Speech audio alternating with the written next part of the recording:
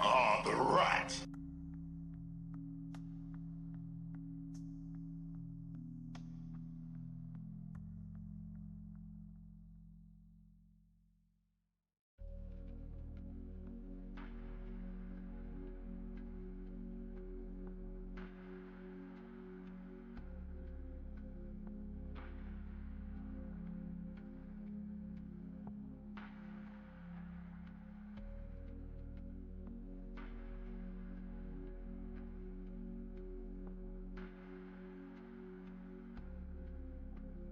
I'm at the hour.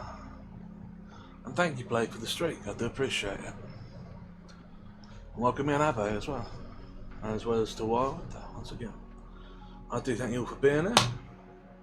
I'm green today, on account of reasons. Certainly good reasons that definitely make sense in the universe. It's probably in some sort of exchange for me convincing other Skitter or telling them about how to use my meta knowledge to avoid being possessed. And it's certainly not because I have been in quite a lot of jaw pain today and my head's not exactly right, so I couldn't face being in character for several hours at a time. Definitely not, no. There are complex and definitely certain universal, in-character universe reasons for this. Yeah, green Skitter. So yeah, today I am green. Because as everyone well knows, it's very easy to be green. Well-known saying.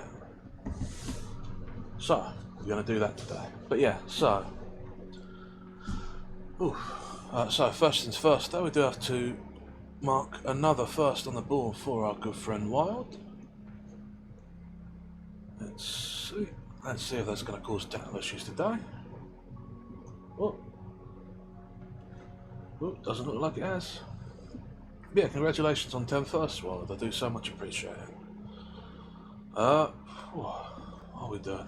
So, yeah, but welcome in everyone. No new followers today, no badges, no books. I've got to get more books.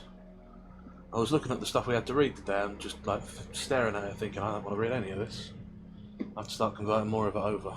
But what are we doing today? So, as I've said in the stream title now, we're going to be doing May Day by F. Scott Fitzgerald, which is a slightly longer short story. It's around about 50 pages. So I suspect it's going to take us probably 3 hours or so. We'll see how we get on. But yeah, but first off, of course, we're going to be doing some poetry. Of course, at this point, if anyone has any questions or whatever, I am green today, so that means I'm theoretically meta-aware and can talk about the channel outside of in character. So if you have any of those questions, this is a good time to ask them without spending 5,000 points. But yeah. Anyhow, yeah, so I am going to move the mic over to be a bit closer so we're good for our poetry reading, and then I'll get started.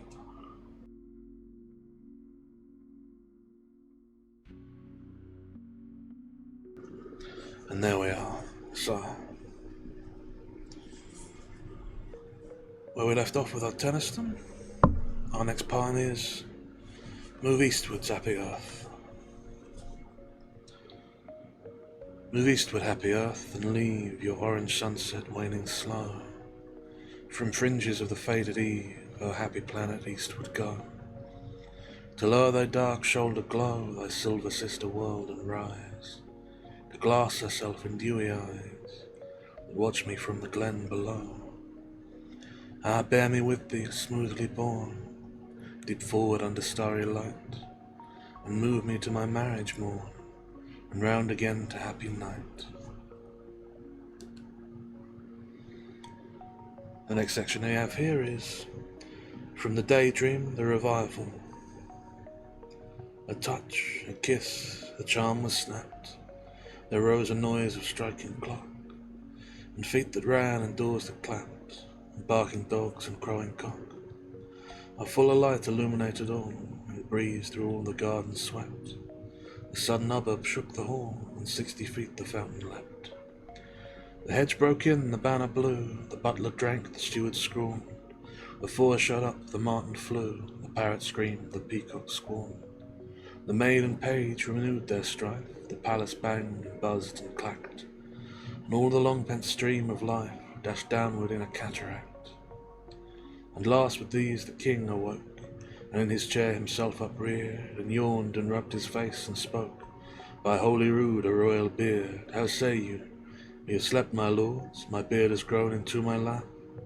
The baron swore with many words, it was bad enough after dinner's nap. Pardie, returned the king, but still my joints are something stiff or so. My lord, and shall we pass the bill I mentioned half an hour ago?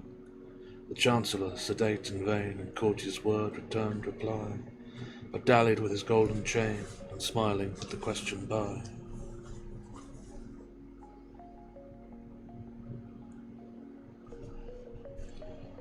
It's strange how much more smoothly I can read like this. I don't know if I've ever mentioned it, but the sort of harsher Cockney accent I tend to do as Skidder is a little bit put on. My real accent changes somewhat, it's not as fixed as I'd like it to be. Probably on account of something about lacking identity.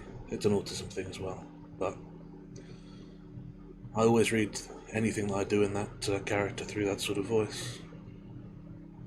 So when I'm out of it and I can read a bit more as I will, it becomes a lot smoother sometimes. So I'm stumbling less than I would be. The Kraken. Below the thunders of the upper deep, far, far beneath the abysmal sea, his ancient dreamless uninvaded sleep, the kraken sleepeth, faint as sunlight flee. About his shadowy sides, above him swell the huge sponges of millennial growth and height, and far away into the stickly light, from many a wondrous grot and secret cell, unnumbered and enormous polypi winnow with giant fins the slumbering green. There hath he lain for ages and will lie, battening upon huge sea worms in his sleep, until the latter's fire shall heat the deeps. Then once by man and angels to be seen, in roaring he shall rise, and on the surface die.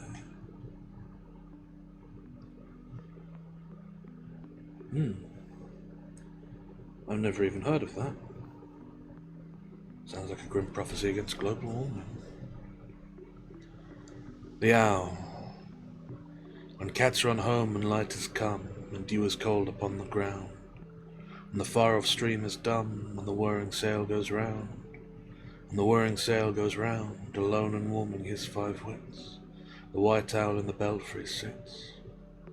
When merry milkmaids click the latch, and rarely smells the new-mown hay, and the cock that sung beneath the thatch, twice or thrice his roundelay, twice or thrice his roundelay, alone and warming his 5 wits, the white owl in the belfry sits. The next is a piece labelled The Eagle, brackets, fragment. He clasps the crag with crooked hands, close to the sun in lonely lands, ringed with the Asia world he stands. The wrinkled sea beneath him crawls, he watches from his mountain walls, and like a thunderbolt he falls.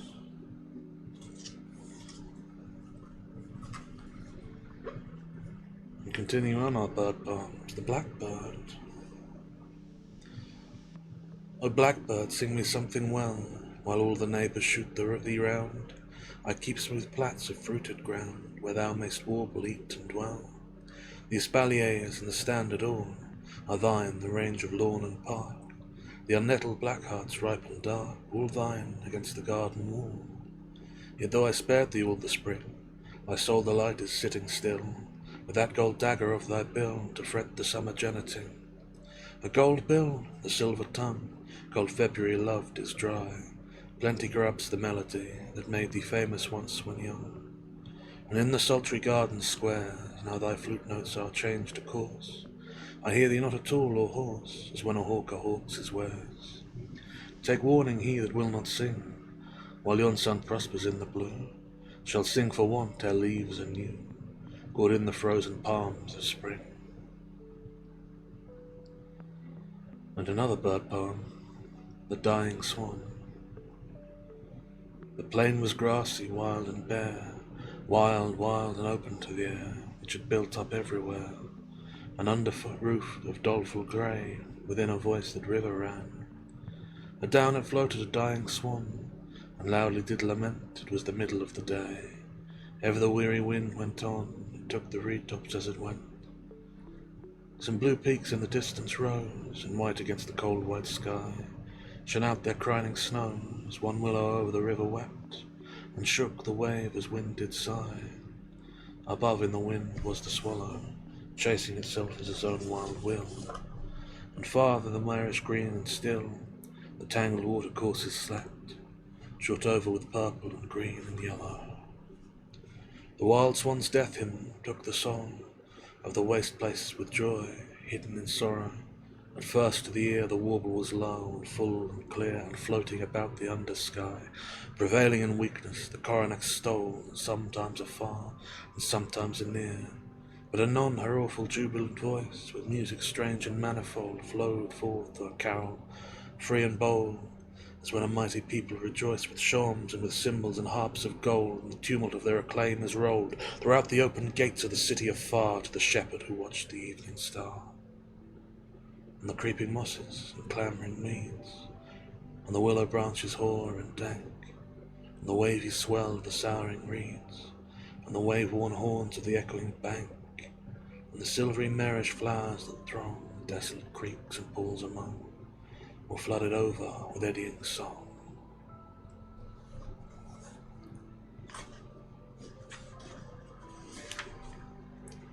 I'd press on. But the next piece of poetry is an extract about 10 pages long, and we were already really out of time. So tomorrow I probably will return with some From Maud, and then probably more of coming up for air, eh? But first with something else about her. Something else about indeed. So, what are we reading tonight? Fitzgerald. Aye. May Day by F. Scott Fitzgerald.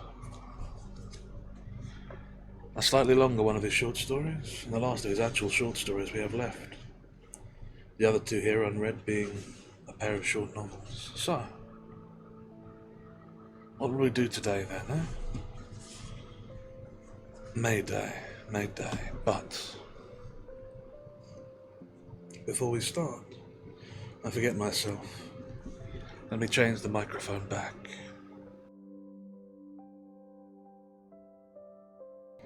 Perhaps not all the way. Perhaps we stay a little closer. A little more feeling tonight. It's green night tonight. I'm green. I can change things about. I can acknowledge that there are things to change.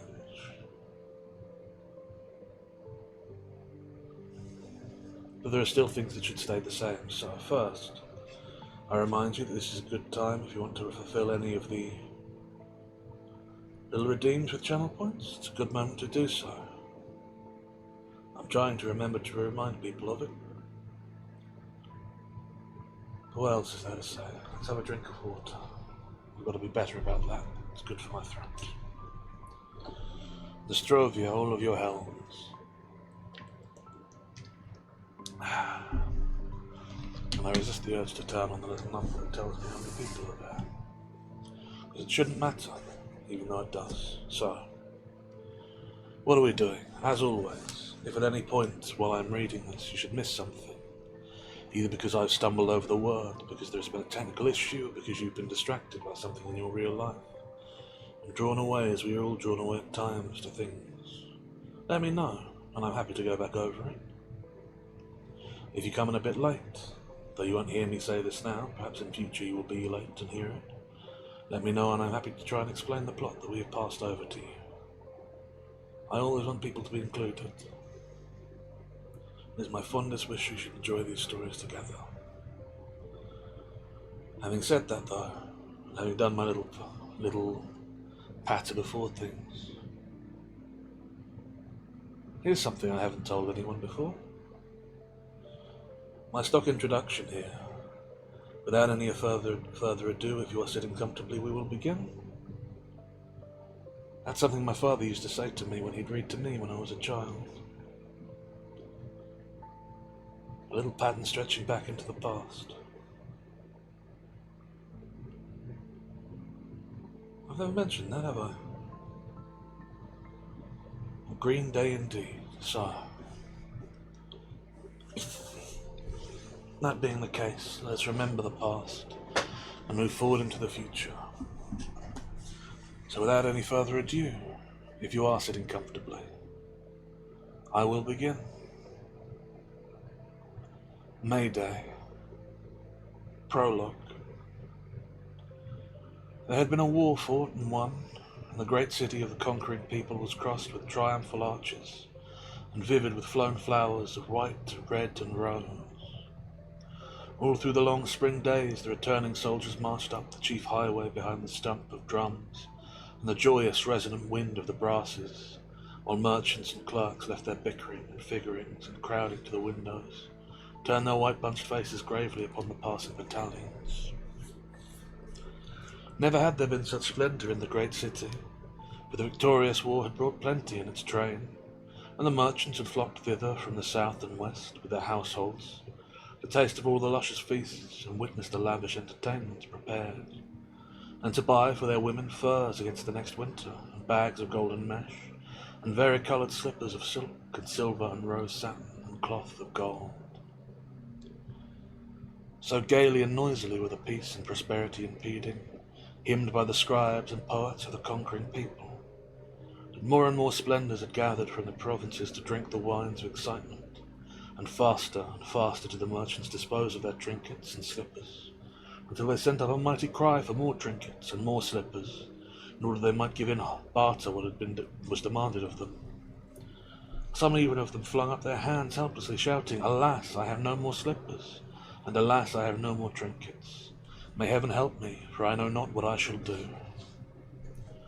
But no one listened to that great outcry, for the throngs were far too busy. Day by day, the foot soldiers trod jauntily the highway, and all exalted became the young men returning, pure and brave, sound of tooth and pink of cheek, and the young women of the land were virgins and comely both of face and of figure. So during all this time there were many adventures that happened in the great city, and of these several, or perhaps one, I here set down. And that's the end of the prologue. Chapter 1. At 9 o'clock in the morning of the 1st of May, 1919, a young man spoke to the room clerk at the Biltmore Hotel, asking if Mr. Philip Dean were registered there, and if so, could he be connected with Mr. Dean's rooms. The inquirer was dressed in a well-cut, shabby suit. He was small, slender, and darkly handsome. His eyes were framed above with unusually long eyelashes, and below with the blue semicircles of ill health, this latter effect heightened by an unnatural glow which coloured his face like a low, incessant fever. Mr. Dean was staying there. The young man was directed to a telephone at the side. After a second his connection was made. A sleepy voice helloed from somewhere above. "Mr. Dean," he said eagerly. "It's Gordon Phil. It's Gordon Sterrett." "It's Gordon Phil. It's Gordon Sterrett. I'm downstairs. I heard you were in New York, and I had a hunch you'd be here." The sleepy voice became gladly enthusiastic. "Well, how was Gordy, old boy?" Well, he certainly was surprised and tickled. Would Gordy come right up, for Pete's sake? A few minutes later, Philip Dean, dressed in blue silk pyjamas, opened his door, and the two young men greeted each other with a half-embarrassed exuberance. They were both about 24, Yale graduates of the year before the war. But there the resemblance stopped abruptly. Dean was blond, ruddy, and rugged under his thin pyjamas. Everything about him radiated fitness and bodily comfort. He smiled frequently, showing large and prominent teeth. "I was going to look you up," he cried enthusiastically. "I'm taking a couple of weeks off. If you'll sit down a sec, I'll be right with you. Going to take a shower." As he vanished into the bathroom, his visitor's dark eyes roved nervously around the room, resting for a moment on a great English travelling bag in the corner, and on a family of thick silk shirts littered on the chairs amid impressive neckties and soft woolen socks. Gordon rose and, picking up one of the shirts, gave it a minute examination. It was a very heavy silk, yellow with pale blue stripes, and there were nearly a dozen of them. He stared involuntarily at his own shirt cuffs. They were ragged and linty at the edges, and soiled to a faint grey. Dropping the silk shirt, he held his coat sleeves down and worked the frayed shirt cuffs up till they were out of sight. Then he went to the mirror and looked at himself with listless, unhappy interest. His tie, of former glory, was faded and thumb-creased. It served no longer to hide the jagged buttonholes of his collar. He thought, quite without amusement, that only 3 years before he had received a scattering vote in the senior elections at college for being the best-dressed man in his class. Dean emerged from the bathroom, polishing his body. "Saw an old friend of yours last night," he remarked. "Passed her in the lobby and couldn't think of her name to save my neck. That girl you brought up to New Haven senior year." Gordon stared. "Edith Braden, that who you mean?" "That's the one. Damn good looking. She's still a sort of pretty, though. You know what I mean? As if you touched her she'd smear." He surveyed his shining self complacently in the mirror, smiled faintly, exposing a section of thin teeth. "She must be 23 anyway," he continued. 22 last month," said Gordon absently. "What? Oh, last month.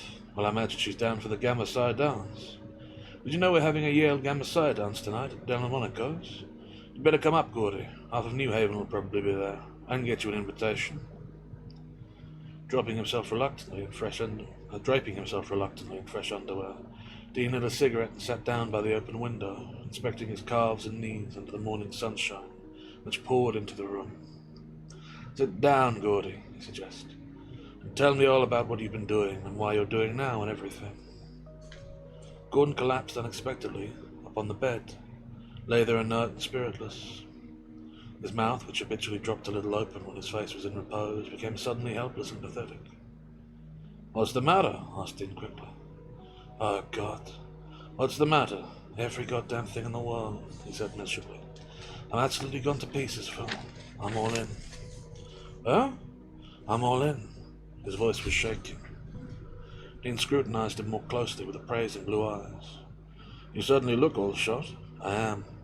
I made a hell of a mess of everything." He paused. "I'd better start at the beginning. Or will it bore you?" "Not at all. Go on." There was, however, a hesitant note in Dean's voice. This trip east had been planned for a holiday. To find Gordon Straight in trouble exasperated him a little. "Go on," he repeated, and added half under his breath, "Get it over with." "Well," began Gordon unsteadily, "I got back from France in February, went home to Harrisburg for a month, and then came down to New York to get a job. One with an export company. They fired me yesterday." "Fired you?" "I'm coming to that, Phil.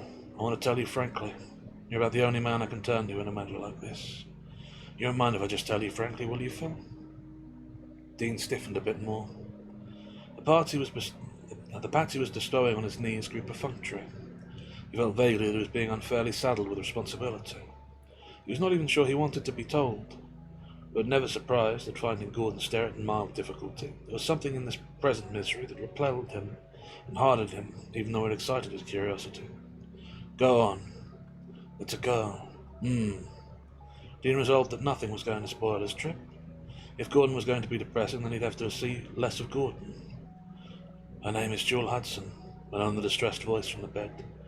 "She used to be pure, I guess, up to about a year ago. Lived here in New York, poor family. The people are dead now, and she lives with an old aunt.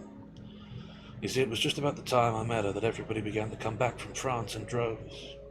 And all I did was to welcome the newly arrived and go on parties with them. That's the way it started, Phil. Just from being glad to see everybody and having them glad to see me. You ought to have had more sense, I know." Gordon paused and continued listlessly. "I'm on my own now, you know, and Phil, I can't stand being poor. And came this damned girl. She sort of fell in love with me for a while, and though I could never intended to get so involved, I always seemed to run into her somewhere.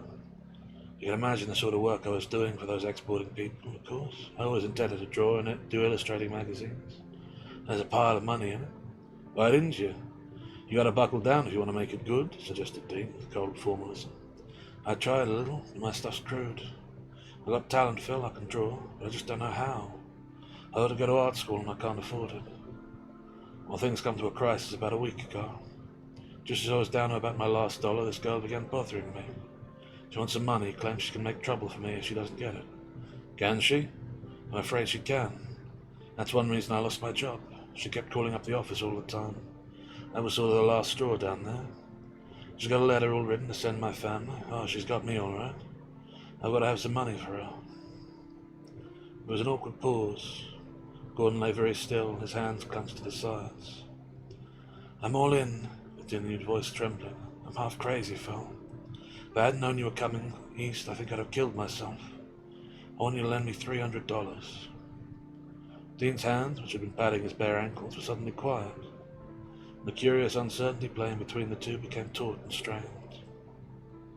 After a second, Gordon continued, "I've bled the family until I'm ashamed to ask for another nickel." Still Dean made no answer. "Jewel says she's got to have $200. "Tell her where she can go." "Yes, that sounds easy. But she's got a couple drunken letters I wrote her. Unfortunately, she's not all that flabby sort of person you'd expect." Dean made an expression of distaste. "I can't stand that sort of woman. You ought to have kept away." "I know," admitted Gordon wearily. "You gotta look at things as they are. If you haven't got money, you gotta work and stay away from women." "That's easy for you to say," began Gordon, his eyes narrowing. "You've got all the money in the world. I most certainly have none. My family keeps darn close tabs on what I spend. Just because I have a little leeway, I have to be extra careful not to abuse it." He raised the blind and let in a further flood of sunshine. "I'm no prig, Lord knows," he went on deliberately. "I like pleasure.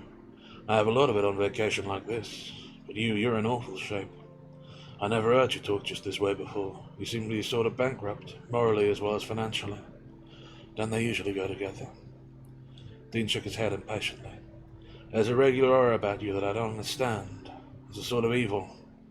It's an air of worry and poverty and sleepless nights, said Gordon rather defiantly. I don't know. Oh, I admit I'm depressing. I depress myself, but my God, Phil.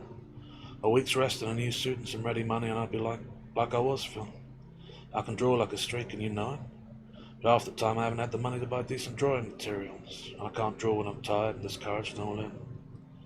The little ready money I can take a few weeks off and get started. How do I know you wouldn't use it on some other woman? Why rub it in, said Gordon quietly. I'm not rubbing it in. I hate to see you this way. Will you lend me the money, Phil? I can't decide right off. There's a lot of money and it'll be darn inconvenient for me. It'll be hell for me if you can't. I know I'm whining, and it's all my own fault, but that doesn't change it. When could you pay it back? This was encouraging. Gordon considered. It was probably wiser to be frank. Of course I could promise to send it back next month, but I'd better say 3 months, just as soon as I start to sell drawings. How do I know you're selling the drawings? I knew hardness in Jean's voice and a faint chill of doubt over Gordon. Was it possible you wouldn't get the money?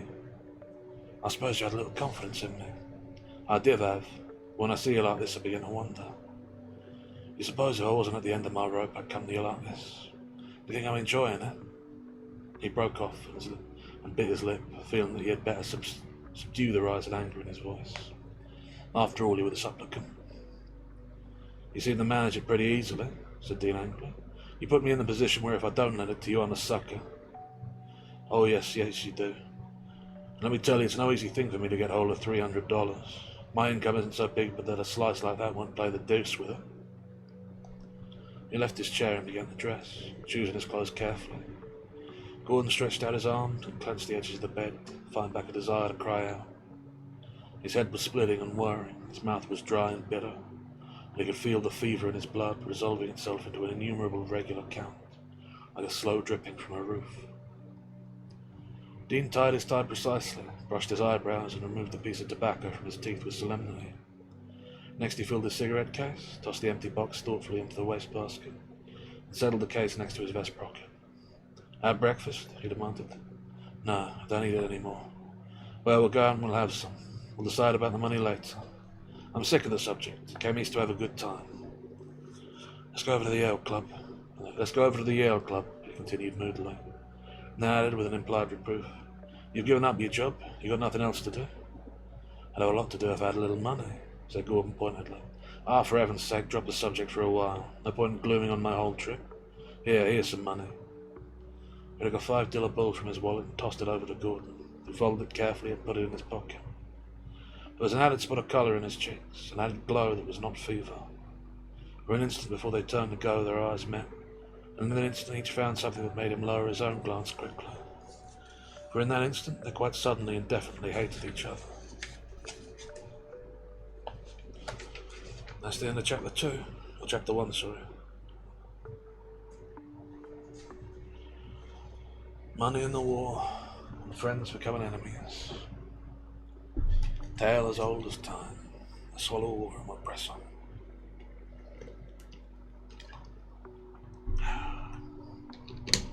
Something of a flow state tonight, yeah. Chapter 2. Fifth Avenue and 44th Street swarmed with the noon crowd. The wealthy, happy sun glittered in transient gold through the thick windows of the smart shops, lighting upon mesh bags and purses and strings of pearls and grey velvet cases, upon gaudy feather fans of many colours, upon the laces and silks of expensive dresses, upon the bad patents and the fine period furniture in the elaborate showrooms of interior decorators.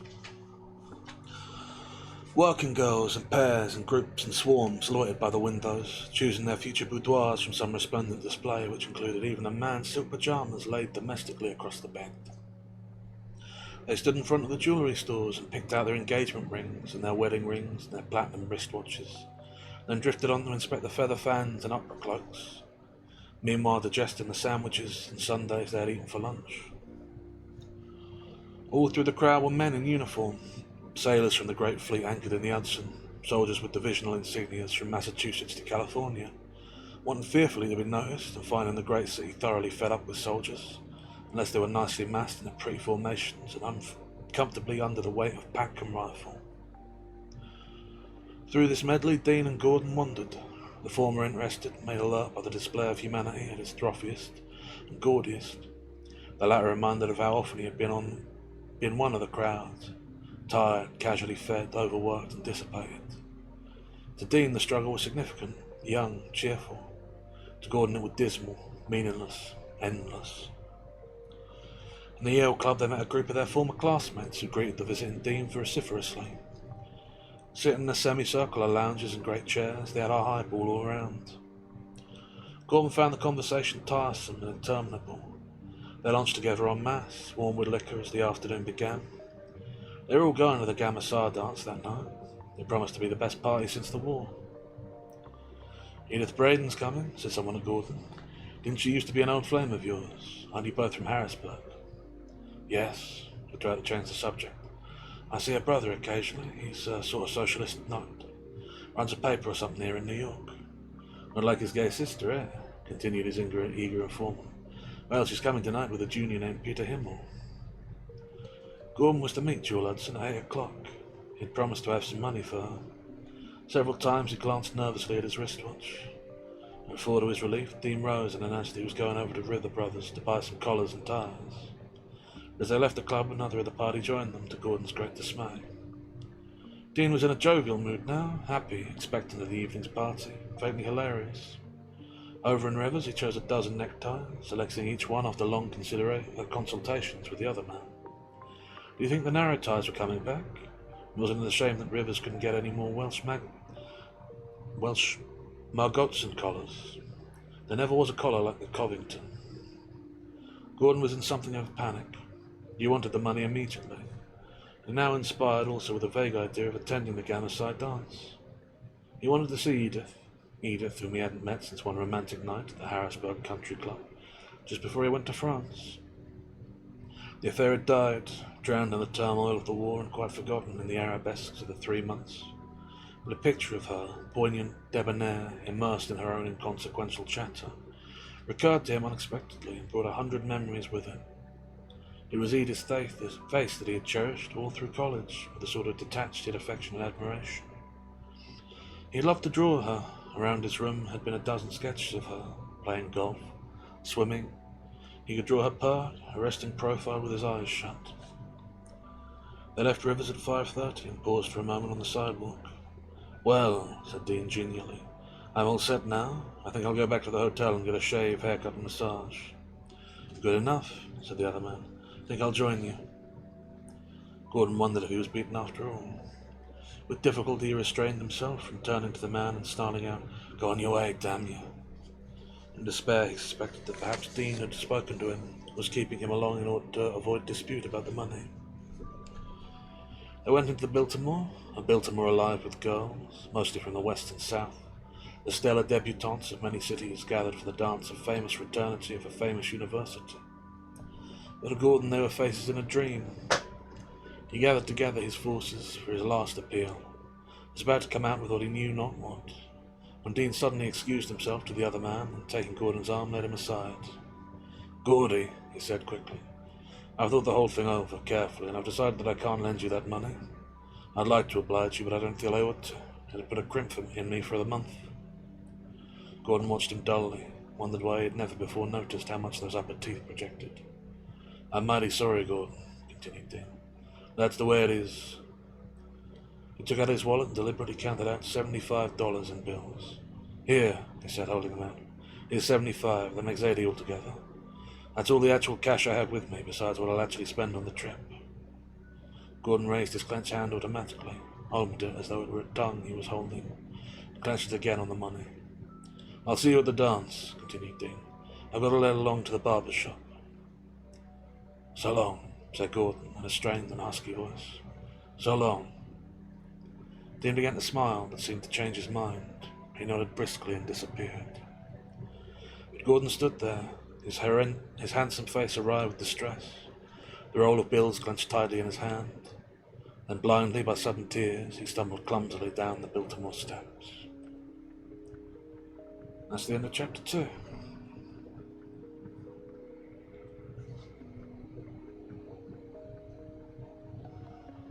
A little torn on this one, really. Seems callous to leave a friend in need when it'll only put you in a crimp for a month. But then giving someone $80 and not arranging for payment, not asking for it back, in some ways is more generous than lending them $300, isn't it? I don't know. I'm inclined to dislike rich people, but maybe I'm being unfair.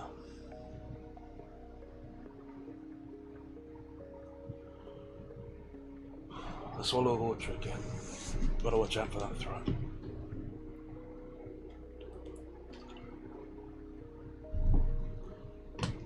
Chapter 3. About 9 o'clock of the same night, 2 human beings came out of a cheap restaurant in 6th Avenue. They were ugly, ill-nourished, devoid of all except the very lowest form of intelligence, without even that animal exuberance that in itself brings colour into life. They were lately vermin-ridden, cold and hungry, in a dirty town of strange land. They were poor, friendless, tossed as driftwood from their berths. They would be tossed as driftwood to their deaths. They were dressed in the uniform of the United States Army, and on the shoulder of each was the insignia of a drafted division from New Jersey, landed 3 days before. The taller of the two was named Carroll Key, a name hinting that in his veins, although thinly diluted by generations of degeneration, ran blood of some potentiality. One could stare endlessly at the long, chinless face, the dull, watery eyes and high cheekbones, without finding a suggestion of either ancestral worth or native resourcefulness. His companion was swart and bandy-legged, with rat's eyes and a much broken, hooked nose. His defiant air was obviously a pretense, a weapon of protection borrowed from that world of snarl and snap, of physical bluff and physical menace in which he had always lived. His name was Gus Rose. Leaving the cafe, they sauntered down 6th Avenue, wielding toothpicks with great gusto and complete detachment. "Where to?" asked Rose, in a tone which implied that he would not be surprised if Key suggested the South Sea Islands. "I'd say we see if we can get hold of some liquor." Prohibition was not yet. The ginger in the suggestion was caused by a law forbidding the selling of liquor to soldiers. Rose agreed enthusiastically. "I got an idea," continued Key after a moment's thought. "I got a brother somewhere." "In New York?" "Yeah, he's an old fella." He meant that he was an elder brother. "He's a waiter in a hash joint." "Maybe he can get us some." "I'll say he can. Believe me, I'm going to get this darn uniform off me tomorrow. Never get me in it again, neither. Gotta get me some regular clothes. See, maybe I'm not. As their combined finances were something less than $5, this intention can be taken largely as a pleasant game of words, harmless and consoling. It seemed to please both of them, however, for they reinforced it with chuckling and mentioned a personage as high in biblical circles, adding such further emphasis as, "Oh boy, you know, and I'll say so," repeated many times over. The entire mental pabulum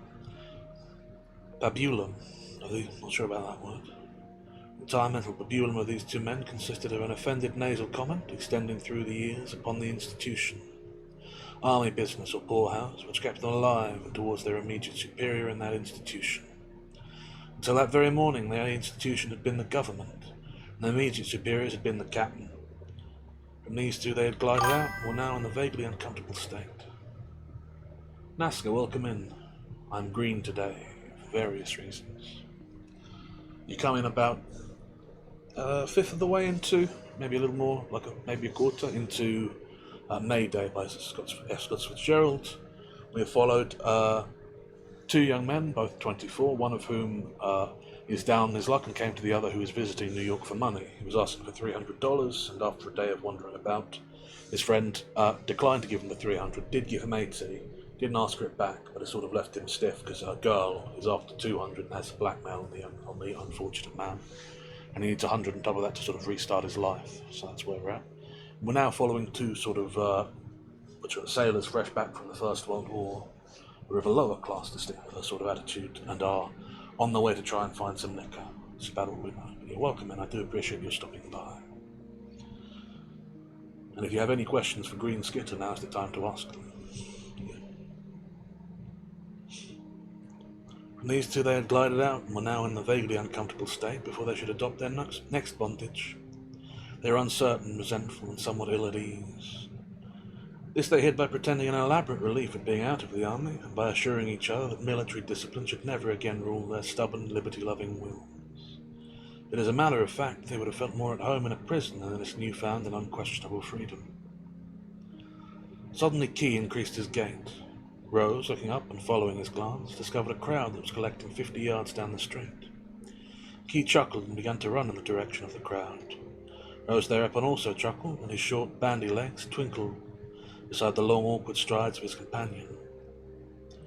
Reaching the outskirts of the crowd, they immediately became as indistinguishable part of it. It was composed of ragged civilians, somewhat the worse for liquor, and of soldiers representing many divisions and many stages of sobriety, all clustered around a gesticulating little Jew with long black whiskers, who was waving his arms and delivering an excited but distinct harangue. Key and Rose, having wedged themselves into the approximate parquet, scrutinized him with acute suspicion, as his words penetrated their common consciousness. "What have you got out of the war?" he was crying fiercely. "Look around you, look around you. Are you rich? Have you got a lot of money offered you? No. You're lucky if you're alive and got both your legs. You're lucky if you came back and found your wife hadn't gone off with some other fellow that had the money to buy himself out of the war. That's why you're lucky. Who got anything out of it except J.P. Morgan and John D. Rockefeller?" At this point the little Jew's oration was interrupted by the hostile impact of a fist upon the point of his bearded chin, and he toppled backwards to a sprawl on the pavement. "God-damn Bolsheviki!" cried the big soldier blacksmith who had delivered the blow. There was a rumble of approval. The crowd closed in nearer. The Jew staggered to his feet and immediately went down again for a half-dozen reaching fists.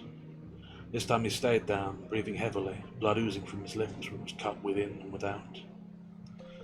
There was a riot of voices, and in a minute Rose and Key found themselves flying with the jumbled crowd down 6th Avenue, under the leadership of a thin civilian in a slouch hat, and the brawny soldier who had summarily ended the oration. The crowd had marvellously swollen to a formidable proportion, and a stream of more non-committal citizens followed along the sidewalk, lending their moral support by intermittent huzzas. "Where are we going?" yelled the Key to the man nearest him. His neighbour pointed up to a leader in a slouch hat. "That guy knows where there's a lot of them. We're going to show them." "We're going to show 'em," whispered Key delightedly to Rose, who repeated the phrase rapturously to a man on the other side. Down 6th Avenue swept the procession, joined here and there by soldiers and marines, and now and then by civilians who came up with the inevitable cry that they were just out of the army themselves, as if presenting it as a card of admission to a newly formed sporting and amusement club. Then the procession swerved down a cross street and headed for 5th Avenue, and the word filtered here and there that they were bound for a red meeting at Tolliver Hall. "Where is it?" The question went up the line, and a moment later the answer floated back. Tolliver Hall was down on 10th Street. There was a bunch of other soldiers who was going to beat up and was down there now. So was going to break it up and was down there now. But 10th Street had a faraway sound, and the word general groan went up, and a score of the procession dropped out. Among these were Rose and Key, who slowed down to a saunter and let more enthusiastic sweep on by. "We'd rather get some liquor," said Key, as they halted and made their way down to the sidewalk amidst cries of "Shell hole" and "Quitters." "Do your brother work round here?" asked Rose, assuming the air of one passing from the superficial to the eternal. "He ought to," replied Key. "We ain't seen him for a couple of years. I've been out to Pennsylvania since. Maybe he don't work at night anyhow. It's right along here. He can sass us somewhere right if he ain't gone." They found the place after a few minutes' patrol of the street, a shoddy tablecloth restaurant between 5th Avenue and Broadway. Here Key went inside to inquire for his brother, George, while Rose waited on the sidewalk. "He ain't here no more," said Key, emerging. "He's a waiter at John Monaco's." Rose nodded wisely, as if he'd expected as much. One should not be surprised at capable men changing jobs occasionally. He knew a waiter once. There ensued a long conversation as they walked up, as to whether waiters made more in actual wages than in tips. It was decided that it depended on the social tone of the joint wherein the waiter laboured. After having given each other vivid pictures of millionaires dining at Delmonico's and throwing away $50 bills after the first quart in champagne, both men thought privately of becoming waiters. In fact, Key's narrow brow was secreting a resolution to ask his brother to get him a job. A waiter can drink up all the champagne those fellas leave in the bottles, suggested Rose with some relish. Then added as an afterthought, oh boy. By the time they reached Delmonico's it was 10:30, and they were surprised to see a stream of taxis driving up to the door, one after the other, and admitting marvellous hatless young ladies, each one attended by a stiff young gentleman in evening clothes. There's a party, said Rose with some more. Maybe we'd better not go in, he'll be busy. Nah, he won't, he'll be alright. After some hesitation they entered what appeared to be the least elaborate door, and, indecision falling upon them immediately, stationed themselves nervously in an inconspicuous corner of the small dining room, in which they found themselves. They took off their caps and held them in their hands. A cloud of gloom fell upon them, and both started when a door at one end of the room crashed open, admitting a common-like waiter who streaked across the floor and vanished through another door on the other side. There had been 3 of those lightning passages before the seekers mustered the acumen to hail a waiter. He turned, looked at them suspiciously, and then approached with soft cat-like steps, as if prepared to say at any moment, to turn and flee. "I say," began Key, "do you know my brother? He's a waiter here." "His name is Key," annotated Rose. Yes, the waiter knew Key. He was upstairs, he thought. There was a big dance going on in the main ballroom, he'd tell him. 10 minutes later, George Key appeared and greeted his brother with the utmost suspicion, his first and most natural thought being that he was going to be asked for money. George was tall and weak-chinned. There his resemblance to his brother ceased. The waiter's eyes were not dull, they were alert and twinkling, and his manner was suave, indoor, and faintly superior. They exchanged formalities. George was married and he had 3 children. He seemed fairly interested, but not impressed, by the news that Carol had been abroad in the army. This disappointed Carol. "George," said the younger brother, these amenities having been disposed of, "we want to get some booze, and they won't sell us some. Can you get us some?" George considered. "Sure, maybe I can. Maybe half an hour, though." "All right," agreed Carol. "We'll wait." At this, Rose started to sit down in a convenient chair, but was hailed to his feet by the indignant George. "Hey, watch out, you can't sit down here. This room's all set for a 12 o'clock banquet." "I won't go out," said Rose resentfully. "I've been through the Delauza." "Never mind," said George sternly. "If the head waiter seen me here talking, he'd rump all over me." "Ah." The mention of the head waiter was an explanation to the other 2. They fingered their overseas caps nervously and waited for a suggestion. "I'll tell you," said George after a pause. "I got a place you can wait. You just come here with me." They followed him out of the far door, through a deserted pantry and up a pair of dark winding stairs, merging finally into a small room chiefly furnished by piles of pails and stacks of scrubbing brushes, and illuminated by a single dim electric light. There he left them after soliciting $2 and agreeing to return in half an hour with a quart of whiskey. "George is making money, I bet," said Key gloomily as he seated himself in an inverted pail. "I bet he's making $50 a week." Rose nodded his head and spat. "I bet he is too. What do you say the dance was of?"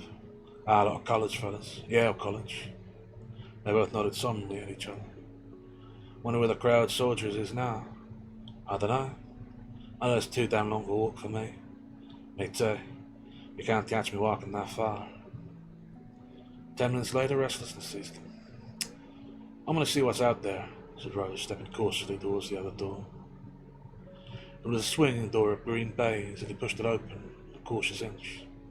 "See anything?" For answer, Rose drew in his breath sharply. "Doggone, here's some liquor, he'd say." "Liquor?" Key joined Rose at the door and looked eagerly.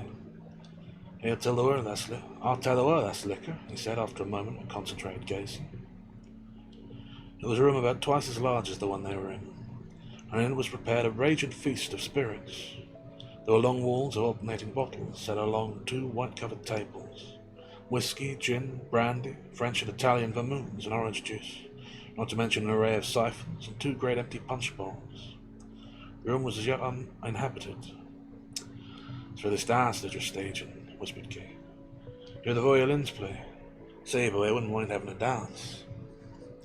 They closed the door softly and exchanged a glance of mutual comprehension. There was no need of feeling each other out. "I'd like to get my hands on a couple of those bottles," said Rose emphatically. "Me too. You suppose we'll get seen?" Key considered. "Maybe we'd better wait until they start drinking them. They got them all laid out now, and they know how many of them there are." They had a bet at this point for several minutes. Rose ruled for getting his hands on a bottle now and tucking it under his coat before anyone came into the room. Key, however, advocated caution. He was afraid he might get his brother in trouble. If they waited till some of the bottles were open, they'd be all right to take one, and everybody would think it was one of the college fellas. While they were still engaged in argument, George Key hurried through the room, and, barely grunting at them, disappeared by way of the great green baize door. A minute later they heard several corks pop, and then the sound of cracking ice and splashing liquid. George was missing a punch.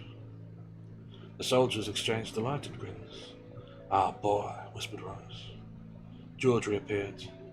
"Just keep low, boys," he said quickly. "I'll have your stuff in 5 minutes." He disappeared through the door by which he'd come. As soon as his footsteps receded down the stairs, Rose, after a cautious look, darted into the room at the lights and reappeared with a bottle in his hand. "Here's what I say," he said, as they sat ragingly digesting their first drink. "We'll wait till he comes up again, and we'll ask if we can't just stay there and drink what he brings us, see? We'll tell him we haven't got any place to drink it, see? And we can sneak in there whenever we ain't nobody in that room and tuck a bottle under our coats. We'll have enough to last a couple of days, see?" "Sure," agreed Rose enthusiastically. "Oh boy, and if we want to, we can sell it to the soldiers any time we want to." I was silent for a moment, thinking most rosily of this idea. And Key reached up and unhooked the collar of his OD coat. "It's hot in here, ain't it?" Rose agreed earnestly. "It's hot as hell." That's down to chapter 3. And here we are then, in full picaresque. Pair of soldiers and wholly unrelated characters. Both of them sort of in the mouldy, sort of tall and short character of the picaresque novel. On their misadventures to see a brother and get some booze. And all this before Prohibition too. Interesting little twist. Anyhow, I'll have a quick drink of water and we'll press right on ahead.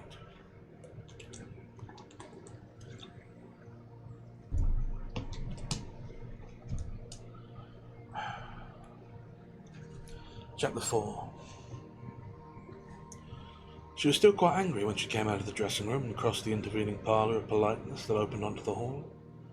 Angry not so much at the actual happening, which was, after all, the merest commonplace of her social existence, but because it had occurred on this particular night. She had no quarrel with herself. She had acted with that correct mixture of dignity and reticent pity which she always employed. She had succinctly and deftly snubbed him. It had happened when their taxi was leaving the Biltmore. Hadn't gone half a block. He had lifted his right arm awkwardly, she was on his right side, and attempted to settle it snugly around the crimson fur-trimmed opera cloak she wore. This in itself had been a mistake. It was inevitably more graceful for a young man attempting to embrace a young lady, of whose acquiescence he was not certain, to first put his arm around her. It avoided that awkward movement of raising the near arm. His second faux pas was unconscious. She spent the afternoon at the hairdresser's. The idea of any calamity overtaking her hair was extremely repugnant. Yet as Peter made his unfortunate attempt, the point of his elbow had just faintly brushed it. That was his second faux pas. 2 were quite enough. He had begun to murmur. At the first murmur she had decided that he was nothing but a college boy. Edith was 22, and anyhow this dance, first of its kind since the war, was reminding her, with the accelerating rhythm of its associations, of something else, of another dance and another man, a man for whom her feelings had been little more than sad-eyed, adolescent mooniness. Edith Braden was falling in love with her recollection of Gordon Sterrett. So she came out of the dressing room at Delmonico's and stood for a second in the doorway, looking over the shoulders of a black dress, in front of her at the group of Yale men who flitted like dignified black moths around the heads of the stairs. From the room she had left drifted out the heavy fragrance left by the passage to and fro of many-scented young beauties, rich perfumes and the fragile memory-laden dust of fragrant powders. This odour, drifting out, acquired the tang of cigarette smoke in the hall, and then settled sensuously down the stairs and permeated the ballroom, where the Gamma-Psi dance was to be held.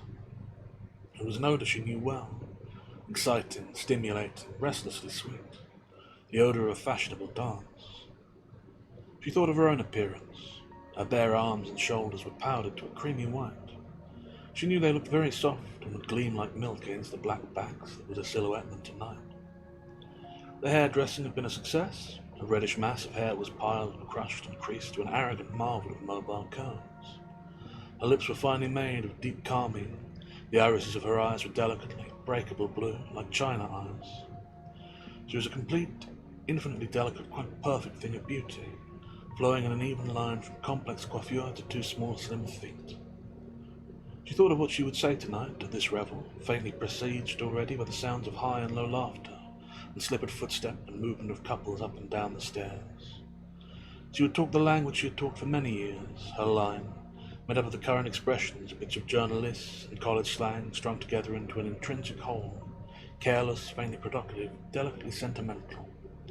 She smiled faintly as she heard a girl sitting on the stairs near her say, "You don't know the half of it, dearie," and would pause there for the acts.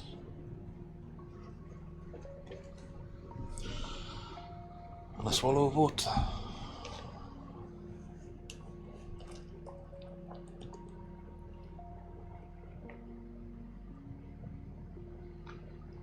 I may be a little frantic today. Reading faster than usual, certainly. Whoa. I don't know quite why. Very good, Abby. A stretch. Let's start with the neck.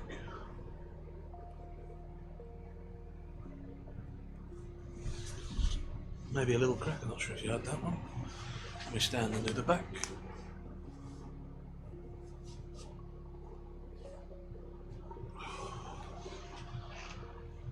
Nothing quite there. Always feels a little like I'm cheating you if you don't get a crack out of me while I'm doing that, so let's see if the hands will do anything. Yeah, the hands will crack. There we go. Yeah. Be a little frantic tonight, a little fast. I don't know why.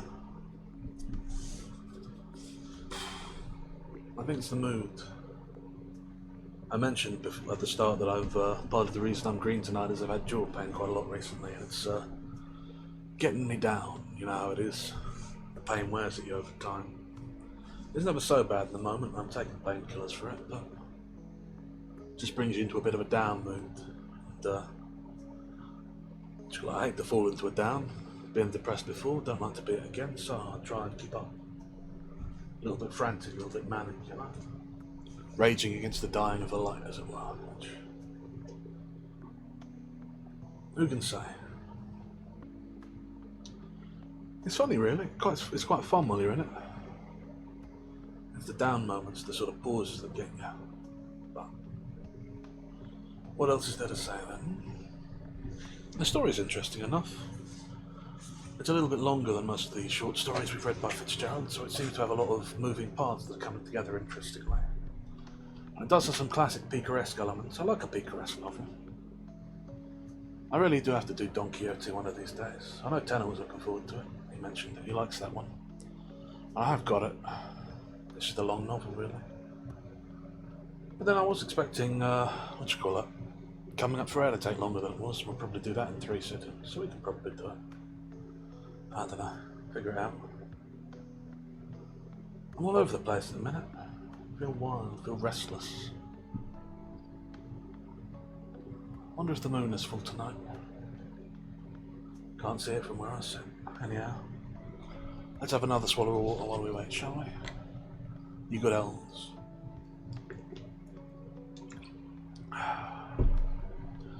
Time is running on. And that's us back from the ants. Where were we? Yes. You don't know the half of it, dearie. And as she smiled, her anger melted for a moment. Closing her eyes, she drew into a deep breath of pleasure. She dropped her arms to her sides until they were faintly touching the sleek sheath that covered and suggested her figure. She had never felt her own softness so much, nor enjoyed the whiteness of her own arms. I smell sweet, she said to herself simply. And then came another thought. I'm made for love. She liked the sound of this, and thought it again. Then, in an inevitable succession, came her newborn riot of dreams about Gordon. The twist of her imagination, which, 2 months before, had discovered to her unguessed desire to see him again, seemed now to have been leading up to this dance, this hour. For all her sleek beauty, Edith was a grave, slow-thinking girl. There was a streak in her of that same desire to ponder, of that adolescent idealism that had turned her brother socialist and pacifist. Henry Braden had left Cornell, where he had been an instructor in economics, and come to New York to pour the latest cures for incurable evils into the columns of a radical weekly newspaper. Edith, less fatuously, would have been content to cure Gordon Sterrett. There was a quality of weakness in Gordon that she wanted to take care of. There was a helplessness in him that she wanted to protect. And she wanted someone she had known a long while, someone who had loved her a long while. She was a little tired. She wanted to get married. Out of a pile of letters, half a dozen pictures, and as many memories, and this weariness, she had decided the next time she saw Gordon, their relations were going to be changed.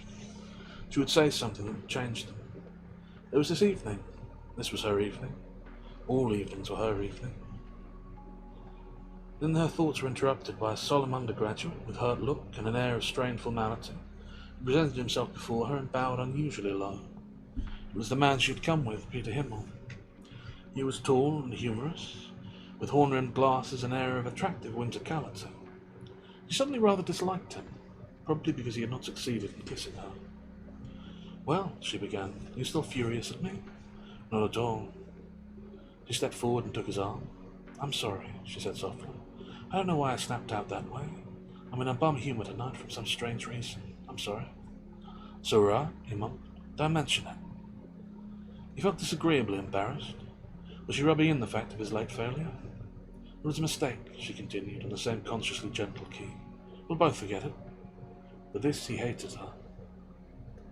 A few minutes later they drifted out onto the floor, where the dozen swaying, sighing members of the specially hired jazz orchestra informed the crowded ballroom that if saxophone and me are left alone, wires to accompany. The man with moustache cut in. "Hello," he began reprovingly. "You don't remember me."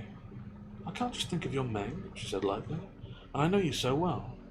"I met you up at—" His voice trailed disconsolate off as a man with a very fair hair cut in. Edith murmured a conventional, "Thanks loads, cut in later," to the inconnu. The very fair man insisted on shaking hands enthusiastically. She placed him as one of the numerous Jims of her acquaintance, last name a mystery. She remembered even that he had a peculiar rhythm in dancing, and found as they started that she was right. "Want to be here long?" he agreed confidentially. She leaned back and looked up at him. "Couple of weeks?" "Where are you?" "Baltimore. Call me up someday." "I mean it," he assured her. "I will. We'll go to tea." "So do I. Do." A dark man cut in with intense formality. "You don't remember me, do you?" he said gravely. "I should say so. Your name's Harlan." "Nope. Barlow." "Well, I knew there was 2 syllables anyway." "You're the boy that played the ukulele so well up at Howard Marshall's house party." "I played, but not." A man with prominent teeth cut in. Edith inhaled a slight cloud of whiskey. She liked men to have had something to drink. They were so much more cheerful and appreciative and complimentary, much easier to talk to. "My name's Dean, Philip Dean," he said cheerfully. "You don't remember me, I know, but you used to come up to New Haven with a fellow I roomed with senior year, Gordon Sterrett." Edith looked up quickly. "Yes, I went up with him twice, to the Pump and Slipper in the junior prom." "You've seen him, of course," said Jean carelessly. "He's here tonight. Saw him just a minute ago." Edith started, but she had felt quite sure he would be there. "Why, no, I haven't." A fat man with red hair cut in. "Hello, Edith," he began. "Why, hello there." She slipped, stumbled slightly. "I'm sorry, dear," she murmured mechanically. She had seen Gordon very white and listless, leaning against the side of a doorway, smoking and looking into the ballroom. Edith could see that his face was thin and wan. The hand he raised to his lips with a cigarette was trembling. They were dancing quite close to him now. "He invites so many darn extra fellows that you," the short man was saying. "Hello, Gordon," called Edith over her partner's shoulder. Her heart was pounding wildly. His large dark eyes were fixed upon her. He took a step in her direction. Her partner turned away. She heard his voice bleating, "But half the stags that Luton knew before long, so—" Then a low tone at her side. "May I please?" She was dancing suddenly with Gordon. One of his arms was around her. She felt it tighten spasmodically, felt his hand on her back with the fingers spread. Her hand holding the little lace handkerchief was crushed in his. "Why, Gordon," she began breathlessly. "Hello, Edith." She slipped again. was tossed forward by her recovery until her face touched the black cloth of his dinner coat. She loved him. She knew she loved him. Then for a minute there was silence while a strange feeling of uneasiness crept over her. Something was wrong. Of a sudden her heart wrenched and turned over as she realized what it was. He was pitiful and wretched, a little drunk, and miserably tired. "Oh," she cried involuntarily. His eyes looked down at her. She saw suddenly that they were blood-streaked and rolling uncomfortably. "Gordon," she murmured. "We'll sit down. I want to sit down." They were nearly in mid-floor, but she had seen two men start towards her from opposite sides of the room. So she halted, seized Gordon's limp hand, and led him bumping through the crowd, her mouth tight shut, her face a little pale under her rouge, her eyes trembling with tears. She found a place high up on the soft-carpeted stairs, and he sat down heavily beside her. "Well," he began, staring at her unsteadily, "I certainly am glad to see you, Edith." She looked at him without answering. The effect of this on her was immeasurable. For years she had seen men in various stages of intoxication, from uncles all the way down to chauffeurs, and her feelings had varied from amusement to disgust. But here, for the first time, she was seized with a new feeling, an unutterable horror. "Gordon," she said accusingly, almost crying, "you look like the devil." He nodded. "I've had trouble, Edith." "Trouble?" "All sorts of trouble. I didn't say anything to the family, but I'm all gone to pieces. I'm a mess, Edith." His lower lip was sagging. He seemed scarcely to see her. Can't you, she hesitated. "Can't you tell me about it, Gordon? You know I'm always interested in you." She bit her lip. She had intended to say something stronger, but found at the end that she couldn't bring it out. Gordon shook his head dully. "I can't tell you. You're a good woman. I can't tell a good woman this story." "Rot," she said defiantly. "I think it's a perfect insult to call anyone a good woman in that way. It's a slam. You've been drinking, Gordon." "Thanks." He inclined his head gravely. "Thanks for the information." "Why do you drink?" "Because I'm so damn miserable." "Do you think drinking's going to make it any better?" "What are you doing, trying to reform me?" "No, I'm trying to help you, Gordon. Can't you tell me about it?" "I'm in an awful mess. Best thing you can do is pretend not to know me." "Why, Gordon?" "I'm sorry I can't on you. It's unfair to you. You're a pure woman and all that sort of thing, yeah. I'll get someone else to dance with you." He rose clumsily to his feet, but she reached out and pulled him back down beside her on the stairs. "Here, Gordon, you're ridiculous. You're hurting me. You're acting like a crazy man." "I admit it, I'm a little crazy. Something's wrong with me, Edith. There's something left me. Doesn't matter." "It does. Tell me." "Just that. I was always queer, a little bit different from the other boys. All right in college, but now it's all wrong. Things have been snapping inside me for months. Like little hooks on a dress, and it's all about to come off when a few more hooks go. I'm very gradually going loony." He turned his eyes full on her and began to laugh, and she shrank away from him. "What is the matter?" "Just me," he repeated. "I'm going loony. This whole place is like a dream to me, this Del Monaco's." As he talked, she saw he had changed utterly. He wasn't at all light and gay and careless. A great lethargy and discouragement had come over him. Revulsion seized her, followed by a faint, surpassing boredom. His voice seemed to come out of a great void. "Edith," he said, "I used to think I was clever, talented, an artist. Now I know I'm nothing. Can't draw, Edith. Don't know why I'm telling you this." She nodded absently. "I can't draw, I can't do anything. I'm poor as a church mouse." He laughed bitterly and rather too loud. "I've become a damn beggar. Leech of my friends, I'm a failure, I'm poor as hell." Her distaste was growing. She barely nodded this time, waiting for her first possible cue to rise. Suddenly Gordon's eyes filled with tears. "Edith," he said, turned to her with what was evidently a strong effort at self-control.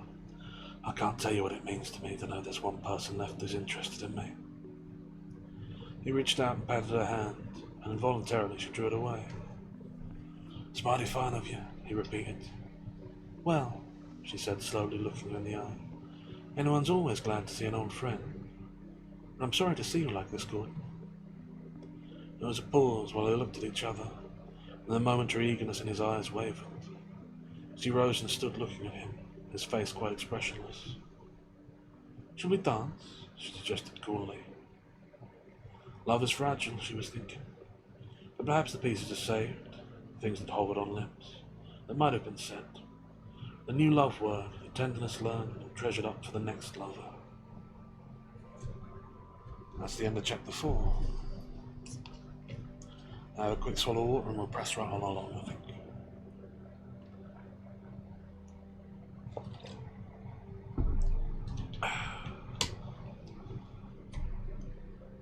Chapter 5. Peter Himmel, escort to the lovely Edith, was unaccustomed to being snubbed. Having been snubbed, he was hurt and embarrassed and ashamed of himself.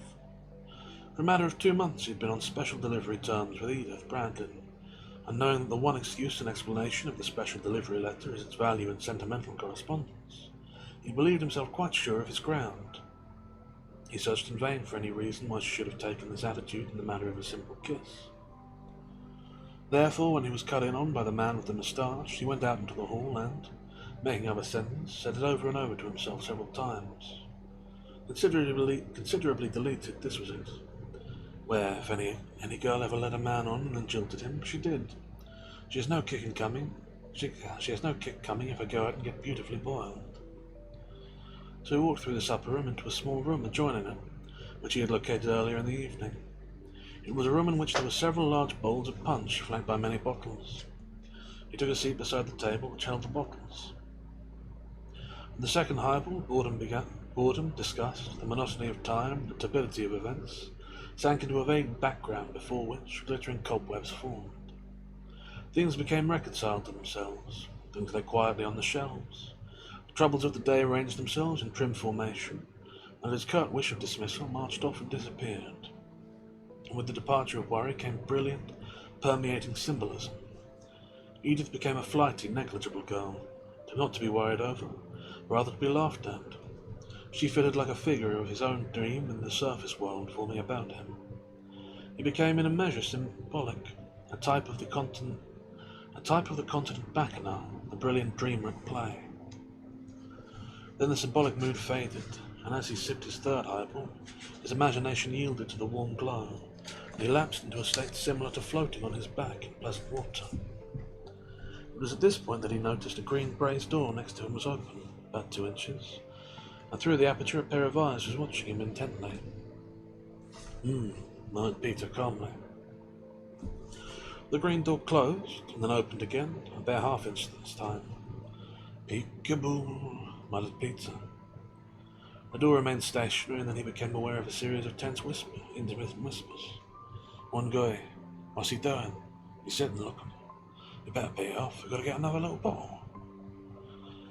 Peter listened while the words filtered into his consciousness. "Now this," he thought, "is most remarkable." He was excited, he was jubilant. He felt that he had stumbled upon a mystery. Affecting an elaborate carelessness, he rose and walked around the table, and turning quickly, pulled open the green door, precipitating Private Rose into the room. Peter bowed. "How do you do?" he said. Private Rose set one foot slightly in front of the other, poised for a fight or a compromise. For fight, flight, or compromise. "How do you do?" replied Peter politely. "I'm all right. Can I offer you a drink?" Private Rose looked at him searchingly, suspecting possible sarcasm. "All right," he said finally. Peter indicated the chair. "Sit down." "I got a friend," said Rose. "I got a friend in there." He pointed to the green door. "By all means, let's have him in." Peter crossed over, opened the door, and welcomed in Private Key, very suspicious and uncertain and guilty. Chairs were found, and the three took their seats around the punch bowl. Peter gave them each a highball and offered them a cigarette from his case. They accepted both with some diffidence. "Now," continued Peter easily, "may I ask why you gentlemen prefer to lounge away your leisure hours in a room which is chiefly furnished, as far as I can see, with scrubbing brushes, when the human race has progressed to the stage where 17,000 chairs are manufactured on every day except Sunday?" He paused. Rose and Key regarded him vacantly. "Will you tell me," went on Peter, "why you choose to rest yourselves in articles intended for the transportation of water from one place to another?" At this point, Rose contributed a grunt to the conversation. And lastly, finished Peter, will you tell me why, when you were in a building beautifully hung with enormous candelabra, you prefer to spend these evening hours under one anemic electrical light? Rose looked at Key. Key looked at Rose. They laughed. They laughed uproariously. They found it impossible to look at each other without laughing. They were not laughing with this man, they were laughing at him. For them, a man who talked after this fashion was either raving drunk or raving crazy. "You are a Yale man, I presume," said Peter, finishing off his highball and preparing another. They laughed again. "Nah." "So, I thought perhaps you might be members of that lowly section of the university, known as the Sheffield Scientific School." "Nah." That's too bad. No doubt you're Harvard men anxious to preserve your incognito in this paradise of violet blue, as the newspapers say. "Nah," answered Keith scornfully. "He was just waiting for somebody." "Ah," exclaimed Peter, rising and filling their glasses. "Very interesting. Had a date with a scrub lady, eh?" They both denied this indignantly. "All right, it's all right," Peter reassured them. "Don't apologize. The scrub lady's as good as any lady in the world, Kipling says. Any lady in Judy O'Grady under the skin." "Sure," said Key, looking broadly at Rose. "My case, for instance," continued Peter, finishing his glass. "I got a girl up there that's spoiled. Spoilest damn girl I ever saw. She used to kiss me, no other reason whatsoever. Led me on deliberately to think sure I want to kiss you, and then plunk. Threw me over. What's the younger generation coming to?" "So that's hard luck," said Key. "That's awful hard luck." "Ah, boy," said Rose. "Have another," said Peter. "We got in a sort of fight for a while," said Key after a pause. "We were too far away." "A fight? That's stuff," said Peter, settling himself unsteadily.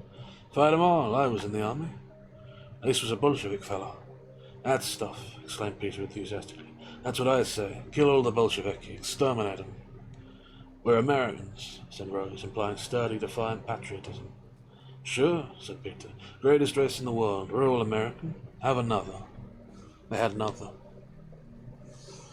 That's the end of chapter 5. A quick swallow of water and we press right on. It's a pressing on sort of night. Chapter 6. At 1 o'clock, a special orchestra, special even in a day of special orchestras, arrived at Delmonico's, and its members, seating themselves arrogantly around the piano, took up the burdens of providing music for the Gamma Psi fraternity. They were headed by a famous flute player, distinguished throughout New York for his feat of standing on his head and shimmying with his shoulders while he played the latest jazz on his flute. During his performance, the lights were extinguished except for the spotlight on the flute player, and another roving beam that threw flickering shadows and changing kaleidoscopic colors over the massed dancers. Edith had danced herself into that tired, dreamy state habitual only with debutantes, a state equivalent to the glow of a noble soul after several long highballs. Her mind floated vaguely on the bosom of her music, her partners changed with the unreality of phantoms under the colourful shifting dusk, and to her present coma it seemed as if days had passed since the dance began. She had talked on many fragmentary subjects with many men. She had been kissed once and made love to 6 times. Earlier in the evening, different undergraduates had danced with her, but now, like all the more popular girls there, she had her own entourage. That is, half a dozen gallants that singled her out, and were alternating her charms with those of some other chosen beauty. They cut in on her in regular, inevitable succession. I should pause here probably to make a point that the phrase "make love," while its modern connotation is rather more dirty in its usage, historically meant to talk romantically or to share poetry or do other little lovey-dovey things, which is probably what's meant here rather than having sex on the dance floor. But who can say? Yeah. Several times she had seen Gordon. He had been sitting a long time on the stairway with his palms to his head, his dull eyes fixed at an infinite speck on the floor before him. Very depressed he looked, and quite drunk, but Edith each time but averted her glance hurriedly. All that seemed long ago. Her mind was passive now, her senses were lulled to trance-like sleep. Only her feet danced and her voice talked on in hazy sentimental banter. But Edith was not nearly so tired as to be incapable of moral indignation, when Peter Himmel cut in on her sublimely and happily drunk. She gasped and looked up at him. "Why, Peter!" "I'm a little stewed, Edith." "Why, Peter, you're a peach, you are. Don't you think it's a bum way of doing when you're with me? And she smiled unwillingly. He was looking at her with owlish sentimentality varied with a silly, spasmodic smile. Darling Edith, he began earnestly, you know I love you, don't you? You tell it well. I love you. I merely wanted you to kiss me, he added sadly. His embarrassment, his shame were both gone. She was the most beautiful girl in the whole world, most beautiful eyes, like stars above. He wanted to apologize first for presuming to try and kiss her second for drinking, but he'd been so discouraged because he had thought she was mad at him. The red fat man cut in, and looking up at Edith, smiled radiantly. Did you bring anyone? She asked. No, the red fat man was a stag. Would you mind, would it be an awful bother for you to take me home tonight? The extreme diffidence was a charming affectation on Edith's part. She knew that the red-faced man would immediately dissolve into a paroxysm of delight. Bother? Why, good Lord, I'd be darn glad to. You know I'd be darn glad to. Thanks a lot. You're awfully sweet. She glanced at her wristwatch. It was 1:30, and she said 1:30 to herself. It floated vaguely into her mind that her brother had told her at luncheon that he worked in the offices of his newspapers until after 1:30 every evening. Edith turned suddenly to her current partner. What street is Delmonacles on, anyway? Street? Oh, why, Fifth Avenue, of course. I mean, what cross street? Oh, why, let's see. It's on 44th Street. This verified what she had thought. Henry's offices must be across the street, just around the corner. It occurred to her immediately that she might slip over a moment and surprise him, float in on him, a shivering marvel in her new crimson opera cloak, and cheer him up. It was exactly the sort of thing Edith revelled in doing, an unconventional, jaunty thing. The idea reached out and gripped at her imagination. After an instant's hesitation, she had decided. My hair is just about to tumble entirely down, she said pleasantly to her partner. Would you mind if I go and fix it? Not at all. You're a peach. A few minutes later, wrapped in her crimson opera cloak, she flitted down a side street, her cheeks glowing with excitement at her little adventure. She ran by a couple who stood at the door, a weak-chinned waiter and an over-rough young lady in hot dispute, and opening the outer door, stepped into the warm May night. That's the end of chapter 6. Another quick drink of water. And we press directly along. Chapter 7. The over-roughed young lady followed her with a brief, bitter glance, and turned again to the weak-chinned waiter and took up her argument. You'd better go up and tell him I'm here, she said defiantly, or he'll go up myself. No, you don't, said George sternly. The girl smiled sardonically. Oh, I don't I? Well, let me tell you, I know more college fellas and more of them know me than are glad to take me out in a party than you ever saw in your whole life. Maybe so, she interrupted. Oh, it's all right for any of them like that one that just ran out. God knows where she went. It's all right for them that are asked here to come and go as they like. When I went to see a friend, they have some cheap ham sing and bring me a donut waiter to stand here and keep me out. See here, said the elder key indignantly, I can't lose my job. Maybe this fella you're talking about doesn't want to see you. Oh, he wants to see me, all right. Anyway, how could I find him in all that crowd? Oh, he'll be there, she asserted confidently. You just ask anybody for Gordon Sterrett and they'll point him out to you. They all know each other, those fellas. She produced a mesh bag and, taking out a dollar bill, handed it to George. Here, she said, here's a bribe. You find him and give him my message. Tell him if he isn't here in 5 minutes, I'm coming up. George shook his head pessimistically, considering the question for a moment, wavered violently and then withdrew. In less than the allotted time, Gordon came downstairs. He was drunker than he had been earlier in the evening, and in a different way. The liquor seemed to have hardened on him like a crust. It was heavy and lurching, almost incoherent when he talked. Oh, the rat! Lugia Splash, welcome in. I'm green today for reasons that are complex and hard to go into. You're coming in about 2/3 of the way into May Day. We've had a little bit of a picaresque adventure, but let's see what's notable. Gordon Sterrett has tried to borrow money from a friend because a woman has blackmail on him but has failed to get it, or has gotten a fraction of it, not the whole thing. 2 soldiers freshly back from the First World War are trying to get liquor, despite the fact that it's not allowed to be sold to them, not because of prohibition, because of a regulation against selling it to the army in New York. So they've gone to a hotel where the Yale high society holding a dance where Mr. Sterrett is. They've had a drink with the date of a young woman who Gordon Sterrett used to be attached to back in the college days, and that date of hers has now become roaring drunk and gone back to talk to her.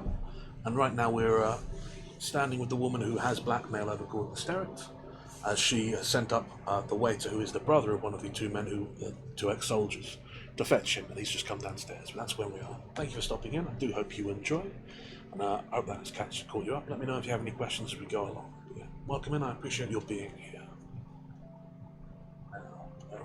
Yes. The liquor seemed to have hardened on him like a crust. He was heavy and lurching, almost incoherent when he talked. "Lord, Joe," he said thickly. "Come right away, Joe. Couldn't get that money. Tried my best." "Money, nothing," she snapped. "You haven't been near me for 10 days. What's the matter?" He shook his head slowly. "Been very low, Joe. Been sick." "Why didn't you tell me if you were sick? I don't care about the money that bad. I didn't start bothering you about it until y'all been neglecting me." Again he shook his head. "I haven't been neglecting you. Not at all. I haven't. You haven't been near me for 3 weeks unless you've been so drunk you didn't know what you was doing." "Been sick, Joe," he repeated, turned his eyes upon her wearily. "You're well enough to come and play with your society friends here, all right. You told me you'd meet me for dinner, and you said you have some money for me. You didn't even bother to ring me up." "I couldn't get any money." "Haven't I just been saying that doesn't matter? I wanted to see you, Gordon, but you seem to refer you to somebody else." He denied this bitterly. "And yet you hadn't come along," she suggested. Gordon hesitated, and she came suddenly close to him and slipped her arms around his neck. "Come on with me, Gordon," she said in half a whisper. "We'll go over to Denevery's, have a drink, and we go up to my apartment." "I can't, Joe." "You can," she said intensely. "I'm sick as a dog." "Well, then you oughtn't to stay here and dance." With a glance around him, in which relief and despair were mingled, Gordon hesitated. Then she suddenly pulled him to her and kissed him with soft, pulpy lips. "All right," he said heavenly. "I'll get my hat." That's the end of chapter 7. Chapter 8 then. Oh no, I should have a swallow of water between chapters. Got to look after myself. Got to be good about that. Well, you're elf the lot of you. Cheers.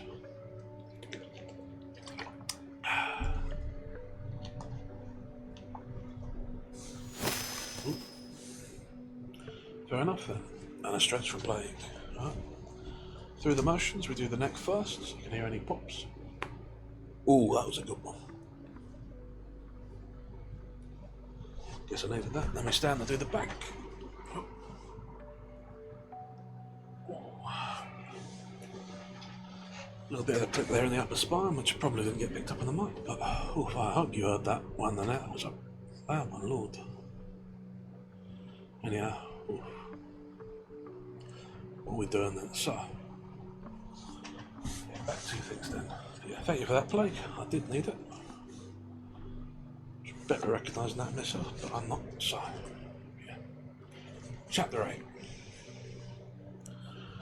When Edith came out into the clear blue of May night, she found the avenue deserted.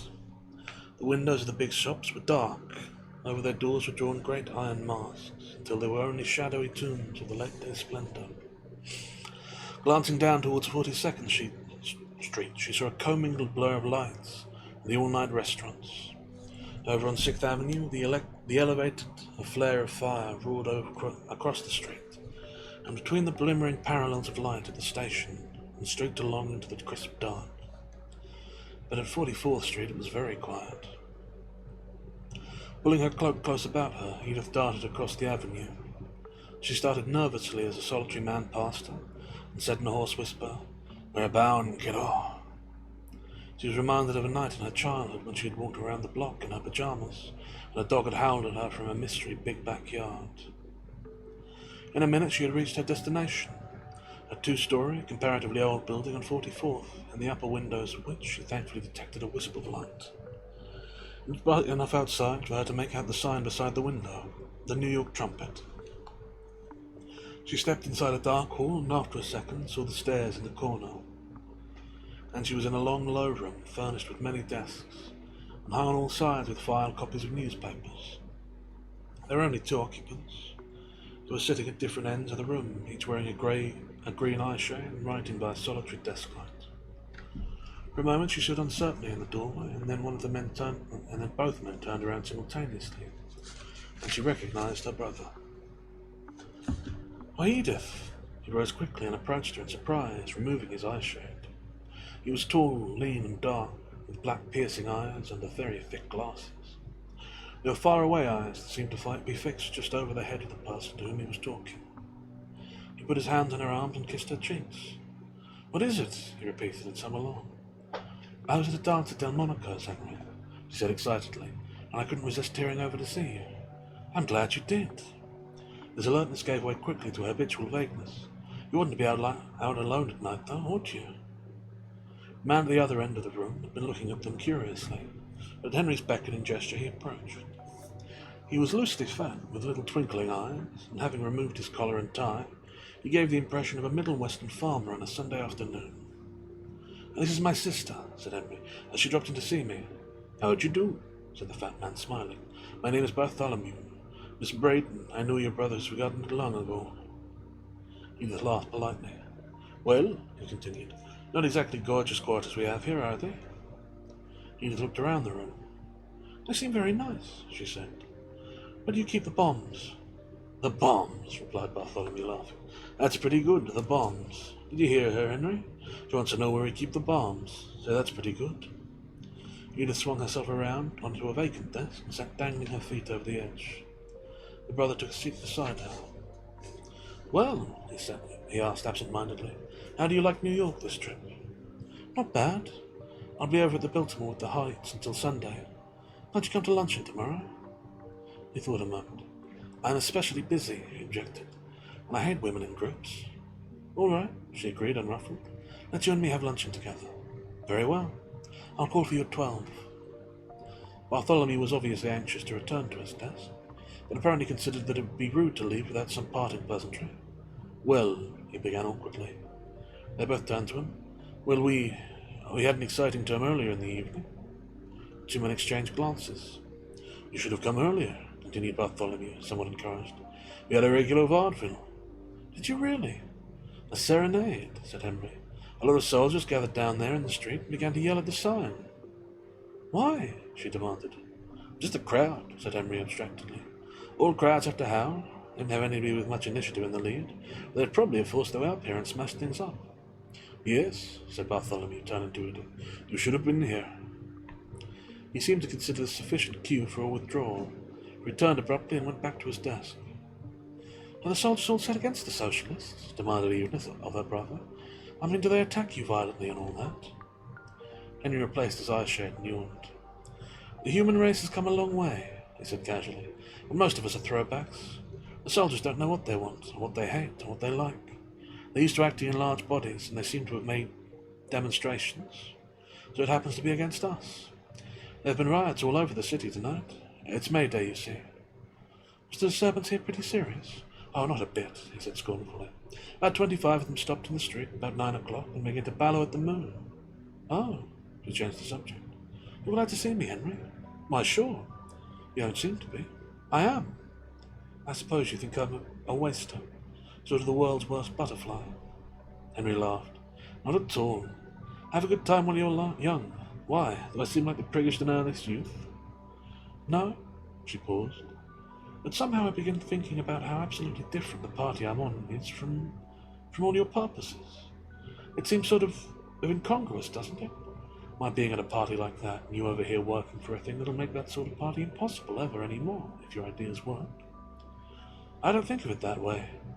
You're young and you're acting just as you were brought up to act. Go ahead and have a good time." Her feet, which had been idly swinging around, stopped and her voice dropped a note.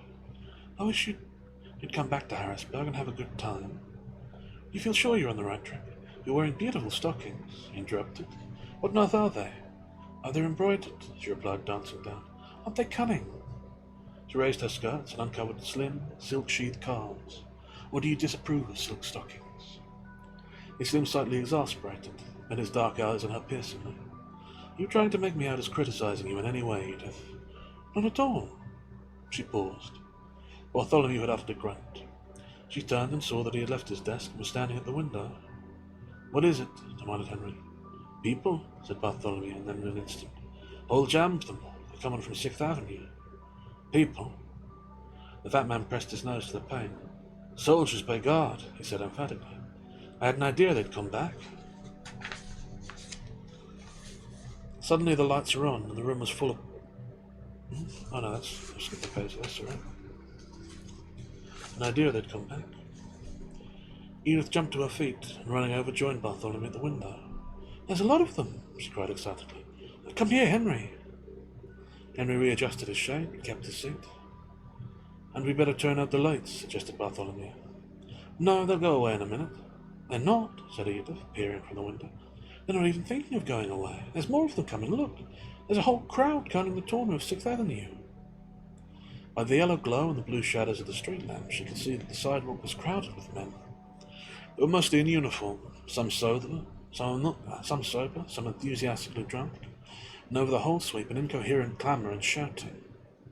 Henry rose and, going to the window, exposed himself as a long silhouette against the office lights. Immediately the shouting became a steady yell and a rattling fusillade of small missiles. Corners of tobacco plugs, cigarette boxes, and even pennies began to beat against the window. The sound of the racket now began floating up the stairs as the folding door evolved. "They're coming up!" cried Bartholomew. Edith turned anxiously to Henry. "They're coming up, Henry!"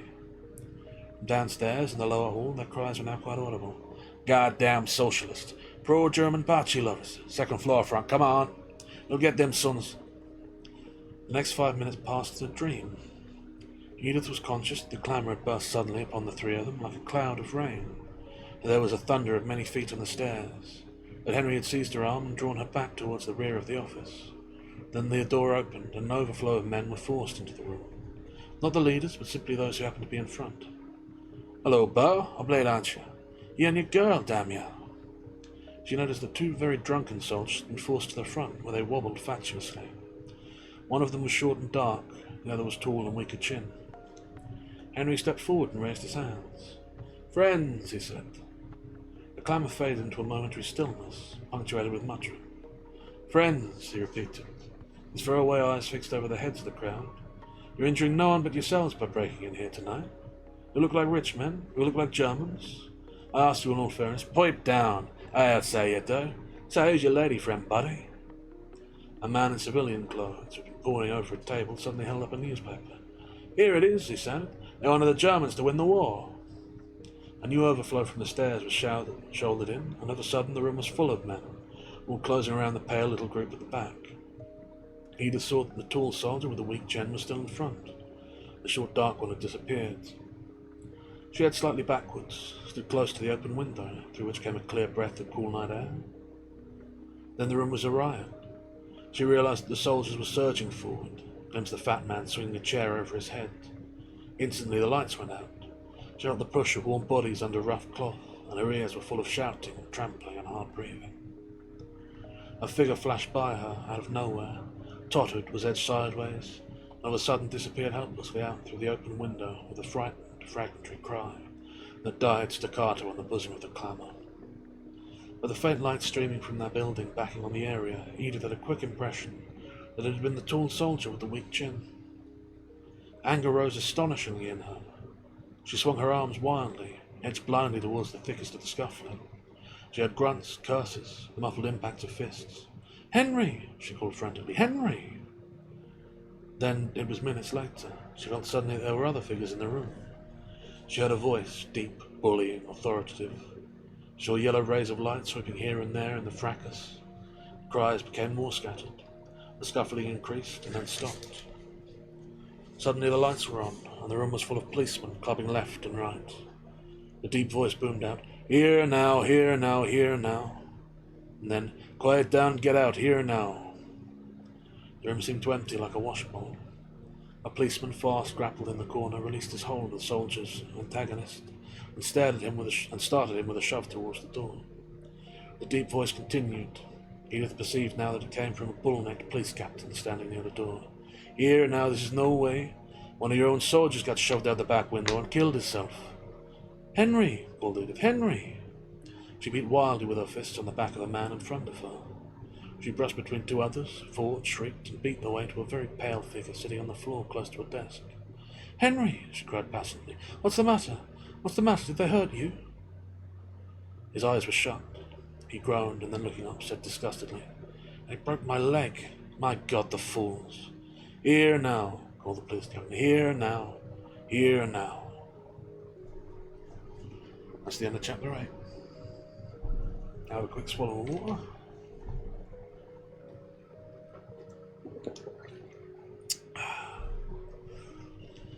I pause it for a moment to say that it's quite interesting here that I don't think in any other of his stories we've ever seen Fitzgerald treat socialism at all. Never really talks of it, which I don't think it was as big of a thing before the Second World War, really, in America.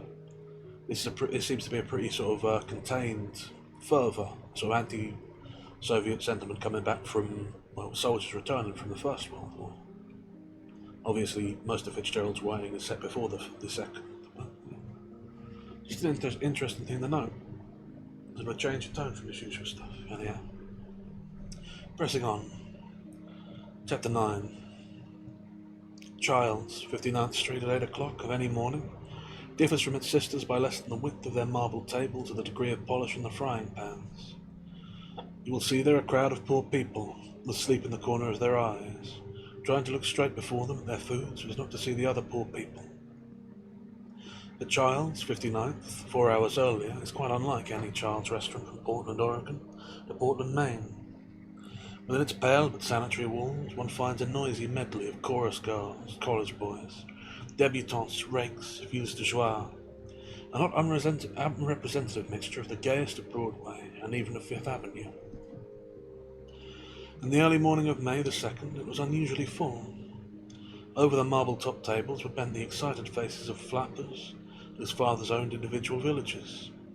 They were eating buckwheat cakes and scrambled eggs with relish and gusto, an accompaniment that it would have been utterly impossible for them to repeat in the same place 4 hours later. Almost the entire crowd were from the Gamma side dance at Delmonico's, except for several chorus girls from a midnight review, who sat at a side table in which they'd taken off a little more makeup after the show. Here and there a drab, mouse-like figure, desperately out of place, watched the butterflies with a weary, puzzled curiosity. But the drab figure was the exception. This was the morning after May Day, and celebration was still in the air. Gus Rose, sober but a little dazed, must be classed as one of the drab figures. He knew he had gotten himself from 44th Street to 59th Street after the riot was only a half-hazy memory. He had seen the body of Carol Key put in an ambulance and driven off, and then he had started uptown with 2 or 3 soldiers. Somewhere between 44th Street and 59th Street, the other soldiers had met some woman and disappeared. Rose had wandered to Columbus Circle and chosen the gleaming lights of Child's to minister to his craving for coffee and donuts. He walked in and sat down. All around him floated airy, inconsequential chatter and high-pitched laughter.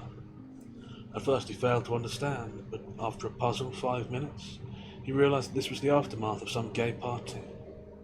Here and there a restless, hilarious young man wandered fraternally and familiarly between the tables, shaking hands indiscriminately and pausing occasionally for a facetious chat, while excited waiters bearing cakes and eggs aloft swore at him silently and bumped him out of the way.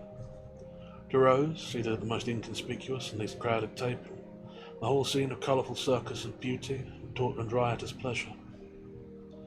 He became gradually aware, after a few moments, that the couple seated diagonally across from him with their backs to the crowd were not the least interesting pair in the room. The man was drunk. He wore a dinner coat with a dishevelled tie and shirt swollen by spillings of water and wine. His eyes, dim and bloodshot, rolled unnaturally from side to side. His breath came short between his lips. "He's been on a spree," thought Rose. The woman was almost, if not quite, sober. She was pretty, with dark eyes and feverish high colour, and she kept her active eyes fixed on her companion with the alertness of a hawk. From time to time she would lean and whisper intently to him, and he would answer by inclining his head heavily, or by a particularly ghoulish and repellent wink. Rose scrutinized him dumbly for some minutes, until the woman gave him a quick, resentful look. Then he shifted his gaze to 2 of the most conspicuously hilarious of the promenaders, who were on a protected circuit of the tables. To his surprise, he recognized in one of them the young man by whom he had been so ludicrously entertained at Delmonico's. This started him thinking of Key with a vague sentimentality, not unmixed with awe. Key was dead. He had fallen 35 feet and split his skull like a cracked coconut. "You're a darn good guy," thought Rose mournfully. "You're a darn good guy, all right. Had an awful hard luck about him." The two promenaders approached and stared down between Rose's table and the next, addressing friends and strangers alike with jovial familiarity. Suddenly Rose saw the fair-haired one with the prominent teeth stop, look unsteadily at the man and girl opposite, and then begin to move his head disapprovingly from side to side. The man with bloodshot eyes looked up. "Gordy," said the promenader with prominent teeth. "Gordy." Prominent teeth shook his finger pessimistically at the pair, giving the woman a glance of aloof condemnation. "What'd I tell you, Gordy?" Gordon stirred in his seat. "Get out," he said. Dean continued to stand there, shaking his finger. The woman began to get angry. "You go away," she cried fiercely. "You're drunk, that's what you are." "So's he," suggested Dean, staying the motion of his finger and pointing at Gordon. Peter Himmel ambled up, owlish now and oratorically inclined. "Here now," he began, as if called upon to deal with some petty dispute between children. "What's the trouble?" "You take your friend away," said Jewel tartly. "He's bothering us." "Was that? You heard me," she said sharply. "They said to take your drunken friend away." Her rising voice sprang up above the clamour of the restaurant and had a waiter come hurrying up. "You gotta be more quiet." "That fella's drunk," she cried. "He's insulting us." "Aha, Gordy," persisted the accused. "What'd I tell you?" He turned to the waiter. "Gordy and our friends. Trying to help him, haven't I, Gordy?" Gordon looked up. "Help me? Hell no." Jewel rose suddenly and, seizing Gordon's arm, assisted him to his feet. "Come on, Gordy," she said, leaning towards him and speaking in a half whisper. "Let's get out of here. This fella's got a mean drunk on." Gordon allowed himself to be urged to his feet and started towards the door. Jewel turned for a second and addressed the provoker of their flight.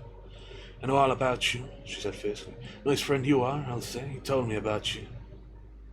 Then she seized Gordon's arm, and together they made their way through the curious crowd, paid their check, and went out. "You'll have to sit down," said the waiter to Peter after they'd gone. "What's that? Sit down?" "Yes, so get out." Peter turned to Dean. "Go on," he suggested. "Let's beat up the waiter." "All right." They advanced towards him, their faces grown stern. The waiter retreated. Peter suddenly reached over to a plate on the table beside him and, picking up a handful of hash, tossed it in the air. It descended as a languid parabola in a snowflake effect on the heads of those nearby. "Ease up, put him out. Sit down, Peter. Cut out that stuff." Peter laughed and bowed. "Thank you for your kind applause, ladies and gents. If someone will lead me some more hash and a tall hat, we'll go on with the act." The bouncers hustled up. "You gotta get out," he said to Peter. "Hell no." "He's my friend," put in Dean indignantly. A crowd of waiters were gathering. "Put him out." "Better go, Peter." There was a short struggle, and the two were edged and pushed towards the door. "I got a hat and a coat here," cried Peter. "I'll go get him and be spry about it." The bouncer released his hold of Peter, who, adopting a ludicrous air of extreme cunning, rushed immediately around to the other table, where he burst into derisive laughter and thumbed his nose at the exasperated waiter.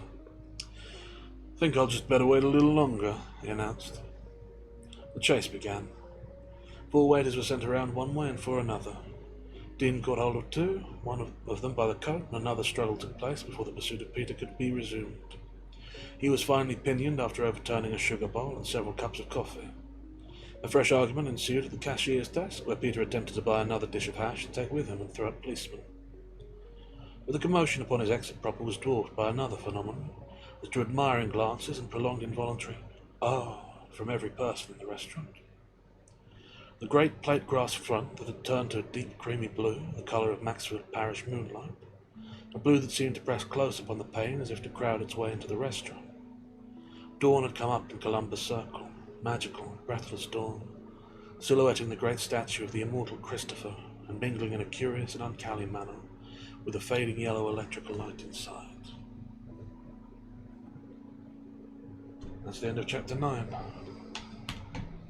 We have another quick swallow of water.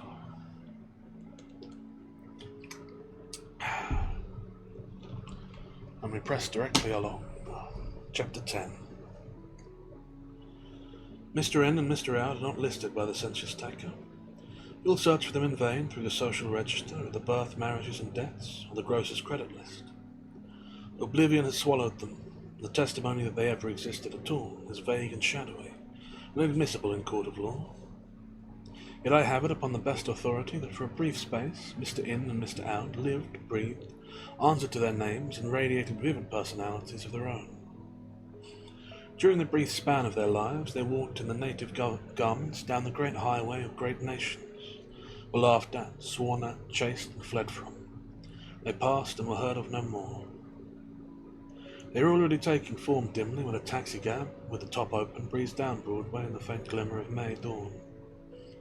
In this car sat the souls of Mr. In and Mr. Out, discussing with amazement the blue first light that so precipitously coloured the sky behind the statue of Christopher Columbus, discussing with bewilderment the old grey faces of the early risers which skimmed palely along the street, like blown bits of paper on a grey lake. They were agreed on all things, from the absurdity of the bouncer and Childs to the absurdity of the business of life. They were dizzy with the extreme maudlin happiness that the morning had awakened in their glowing souls. Indeed, so fresh and vigorous was their pleasure in living, that they felt it should be expressed by loud cries. "Yow wow wow!" hooted Peter, making the megaphone with his hand, and Dean joined in with a call that, though equally significant and symbolic, derived its resonance from its very inarticulateness. "Yo-ho, yeah! Yo-ho, yeah, boy!" 53rd Street was a bus with a dark, bobble-haired beauty atop. 52nd was a street cleaner who dodged, escaped, and sent up a yell of "Look where you're aiming!" in a painted and grieved voice. At 50th Street, a group of men on a very white sidewalk in front of a very white building turned to stare after them and shouted, "Some party, boys!" At 49th Street, Peter turned to Dean. "Beautiful morning," he said gravely, squaring up his owlish eyes. "Probably is. You get some breakfast, eh?" Dean agreed with additions. "Breakfast and liquor. Breakfast and liquor," repeated Peter. And they looked at each other, nodding. "That's logical." And they both burst into loud laughter. "Breakfast and liquor, oh gosh. No such thing," announced Peter. "Don't serve it? Never mind, we'll force them to serve it. Bring some pressure, bear. Bring logic, bear." The taxi cut suddenly off Broadway and sailed along a cross street, and stopped in front of a heavy tomb-like building on Fifth Avenue. "What's the idea?" The taxi driver informed them this was Delmonico's. This was somewhat puzzling. They were forced to devote several minutes to intense concentration. If such an order had been given, there must have been a reason for it. "Something about a coat?" suggested the taxi man. That was it. In Peter's overcoat and hat. He had left them at Delmonico's. Having decided this, they disembarked from the taxi and strolled towards the entrance arm in arm. "Hey," said the taxi driver. "You better pay me." They shook their heads in shocked negation. "Later, not now. You give orders, you wait." The taxi driver objected. He wanted his money now. With the scornful condescension of men exercising tremendous self-control, they paid him. Inside, Peter groped in vain through a dim, deserted check room in search of his coat and derby. "Gone. I guess somebody stole them. Some chef student. All probability."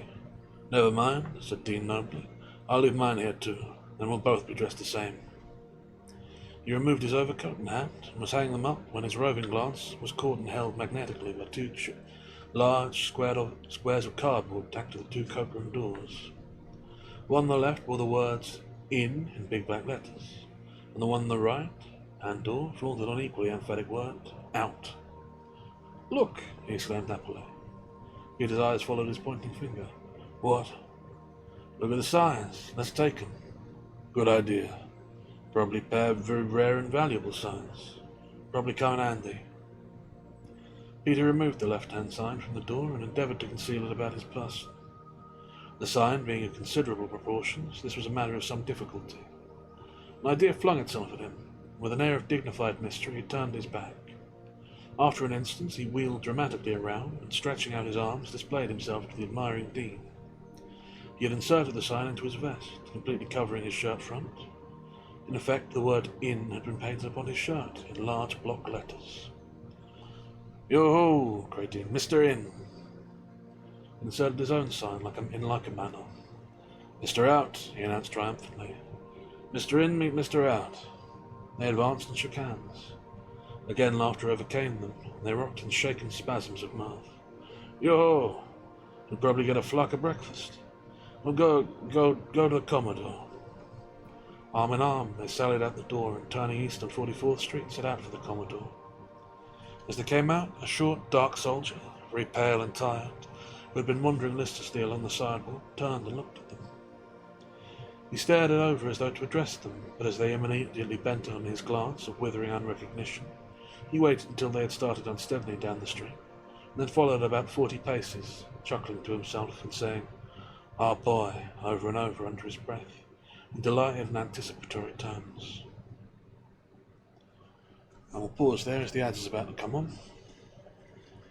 There is, half a dozen pages left, so probably 10 more minutes after the ads. So I'll have my swallow of water now.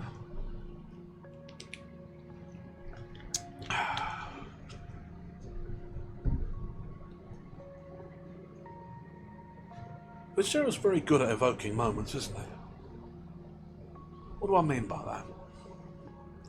I mean that he does a very, very good job of making you feel the time of a place sort of thing, you know? Well, that's a bad way of saying it. Of making you feel how a thing feels. I've been on drunken nights out, you know? I've been out past the point where the party has sort of died, and I've seen what it's like. And this is like that, you know? It's like a student's party that's gone too long. The last revelers, the people stretching it. The people so drunk they think they're hilarious. And he does a very good job of evoking the feeling of it, the atmosphere. It's the thing that sort of stands out most about his work, really. I mean, it's good all round, of course. I think if there's any one particular thing that he's strong at, it's that. Evoking the sensation, the sort of general air of a time and place.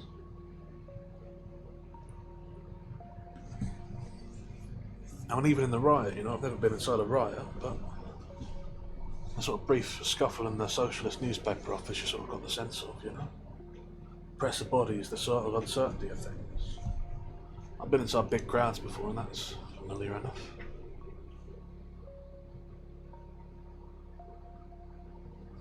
He does a really good job of it. I do like Fitzgerald.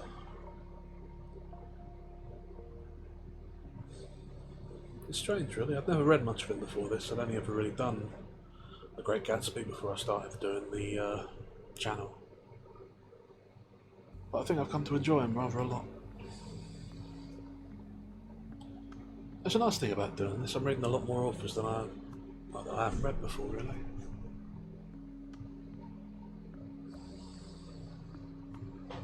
But yeah. What else is there to say? There was a terribly sad death of Mr. Key. Always the poor people who die, of course, but then, well, he did join in a drunken riot. No idea how they got from the party at Delmonico's back into the crowd, though, I suppose. Probably just made their way out after, what's his name, having their drink with Peter, and then fell into them as they gathered again. All on May Day, a big day of celebrations, yeah. There's only about 18 seconds after the ads, so I'll have another quick drink. Get ready to get back into it, shall we?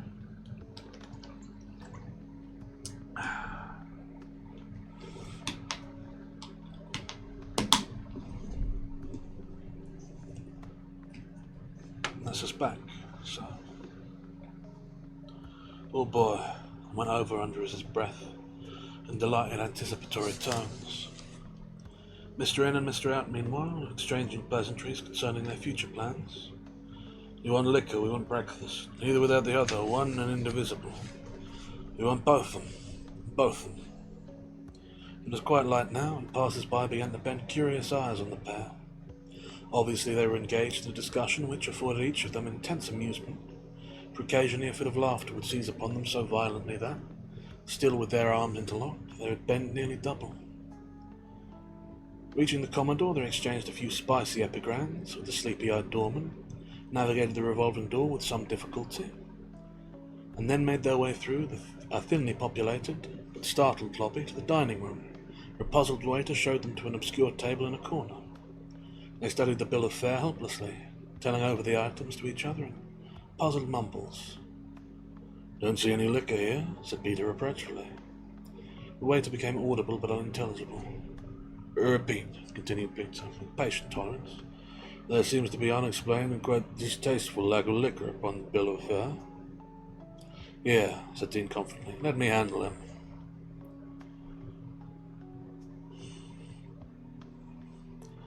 He turned to the waiter. Bring us. He scanned the bill of fare anxiously. "Bring us a quart of champagne and probably a ham sandwich." The waiter looked doubtful. "Bring it!" roared Mr. In and out in chorus. The waiter coughed and disappeared.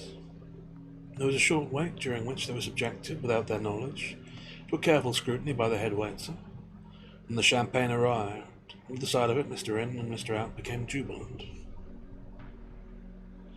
"Imagine they're objecting to us having champagne for breakfast. Just imagine." They both concentrated upon the wisdom of such an awesome possibility, but the feat was too much for them. It was impossible for their joint imagination to conjure up a world where anyone might object to anyone else having champagne for breakfast. The waiter drew the cork with an enormous pop, and their glasses immediately foamed with pale yellow froth. "Here's health, Mr. In." "Here's the same to you, Mr. Out." The waiter withdrew. The minutes passed. The champagne became low in the bottle.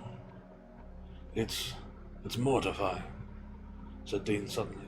"What's mortifying?" "The idea of objecting to us having champagne for breakfast." "Mortifying?" Peter considered. "Yes, that's the word. Mortifying." Again they collapsed into laughter, howled, swayed, rocked back and forth in their chairs, repeating the word mortifying over and over to each other, each repetition seeming to make it only more brilliantly absurd.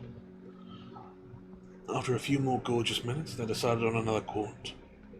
Their anxious waiter consulted his immediate superior, and the discreet person gave implicit instructions that no more champagne should be served. Their check was brought. 5 minutes later, arm in arm, they left the Commodore and made their way through a curious, staring crowd along 42nd Street and up Vanderbilt Avenue to the Biltmore. There, with sudden cunning, they rose to the occasion and traversed the lobby, walking fast and standing unnaturally erect. Once in the dining room, they repeated their performance. They were torn between intermittent convulsive laughter and sudden spasmodic discussions of politics, college, and the sunny state of their dispositions. Their watches told them it was now 9 o'clock, and a dim idea was born in them that they were on a memorable party, something they should remember always. They lingered over the second bottle. Either of them had only to mention the word mortifying to send them both into riotous gasps. The dining room was whirring and shifting now. Curious lightness permeated and rarefied the heavy air. They paid their check and walked out into the lobby. It was at this moment that the exterior doors resolved for 1,000th time that morning, and admitted into the lobby a very pale young beauty, with dark circles under her eyes, attired in a much rumpled evening dress. She was accompanied by a plain, stout man, obviously not an appropriate escort. At the top of the stairs, the couple encountered Mr. In and Mr. Out. "Edith," began Mr. In, stepping towards her hilariously and making a sweeping bow. "Darling, good morning." The stout man glanced questioningly at Edith, as if merely asking her permission to throw this man summarily out of the way. "Excuse familiarity," added Peter as an afterthought. "Edith, good morning." He seized Dean's elbow and impelled him to the foreground. "Meet Mr. Out, Edith, my best friend, inseparable. Mr. In and Mr. Out." Mr. Out advanced and bowed. In fact, he advanced so far and bowed so low that he tipped slightly forward, and only kept his balance by placing a hand lightly on Edith's shoulders. "I'm Mr. Out, Edith," he mumbled pleasantly. "So Mr. In was Mr. Out." "It's Mr. In and Out," said Peter proudly. But Edith stared straight by them, her eyes fixed on some infinite speck in the gallery above her. She nodded slightly to the stout man, who advanced, bull-like, and with a sturdy, brisk gesture pushed Mr. In and Mr. Out to either side. Through this alley he and Edith walked. But 10 paces farther on, Edith stopped again. Stopped and pointed to a short, dark soldier who was eyeing the crowd in general The tableau of Mr. In and Mr. Out in particular, with a sort of puzzled, spellbound awe. "There!" cried Edith. "See there!" Her voice rose, became somewhat shrill. Her pointing finger shook slightly. "There's the soldier who broke my brother's leg!" There were a dozen exclamations. A man in a cutaway coat left his place near the desk and advanced alertly. The stout person made a sort of lightning-like spring towards the short, dark soldier, and then the lobby closed around the little group and blotted them from the sight of Mr. In and Mr. Out. But to Mr. In and Mr. Out, this event was merely a part-coloured iridescent segment of a whirling, spinning world. They heard loud voices. They saw the stout man spring, the picture suddenly blurred. Then they were in an elevator bound skyward. "What floor, please?" said the elevator man. "Any floor," said Mr. In. "Top floor," said Mr. Out. "This is the top floor," said the elevator man. "Have another floor put on," said Mr. Out. "Higher," said Mr. In. "Heaven," said Mr. Out. That's the end of chapter 10. And I'll skip the drink, given I see how short chapter 11 is. Chapter 11.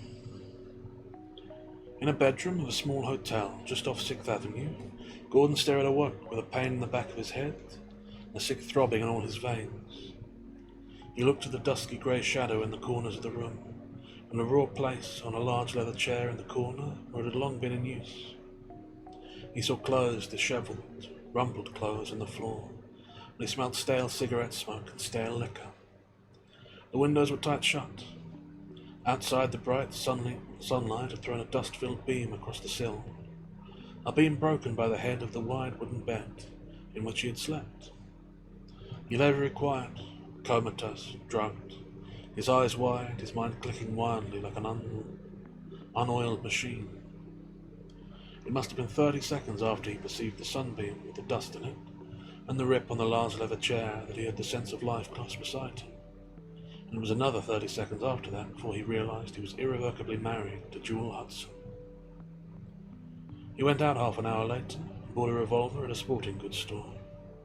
Then he took a taxi to the room where he had been living on East 27th Street, and leaning across the table that held his drawing materials, fired a cartridge into his head, just behind the temple.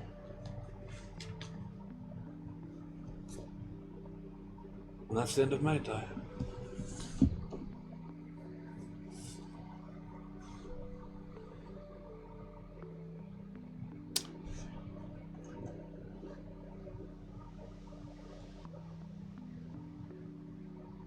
I don't think Edith was all that bad. I think Gordon may have been blowing things rather out of proportion, especially there at the end. Still, there's more to the story that we don't see, of course. You could say that of the whole thing. The whole of it is just a snapshot, really.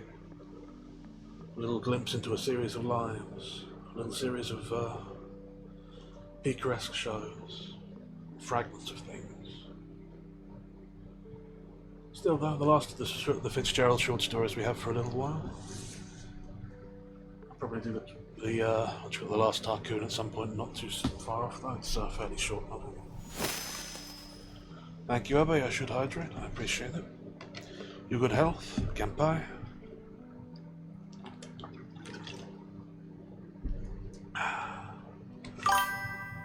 You're very welcome.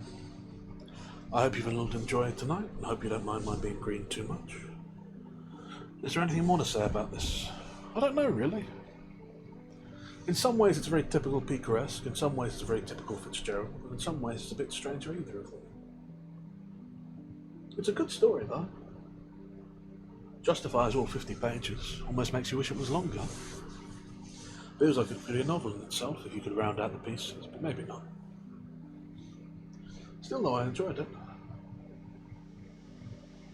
I don't think I've got too much else to say on it, though. And I'm a little frantic, as I have been all night, so... Let's see who's live to raid.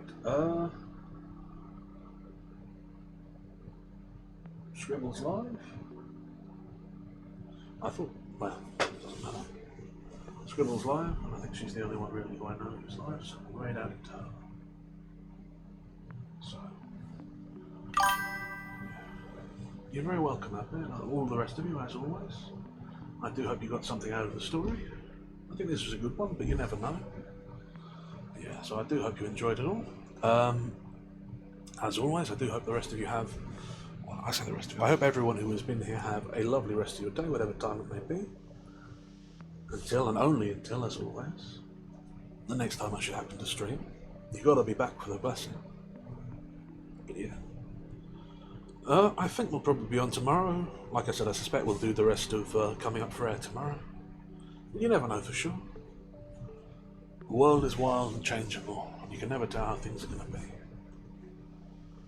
And indeed, you can never tell how Plague is, given she's using a mysterious emote that hides her true feelings. God, that's a good emote. If only I knew how to get it. Yeah. I'm making a bit of a fool of myself, but yeah. Thank you all for stopping by, I hope you have enjoyed it.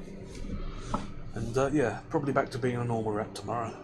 Being green is easy, but it's worth doing hard things sometimes.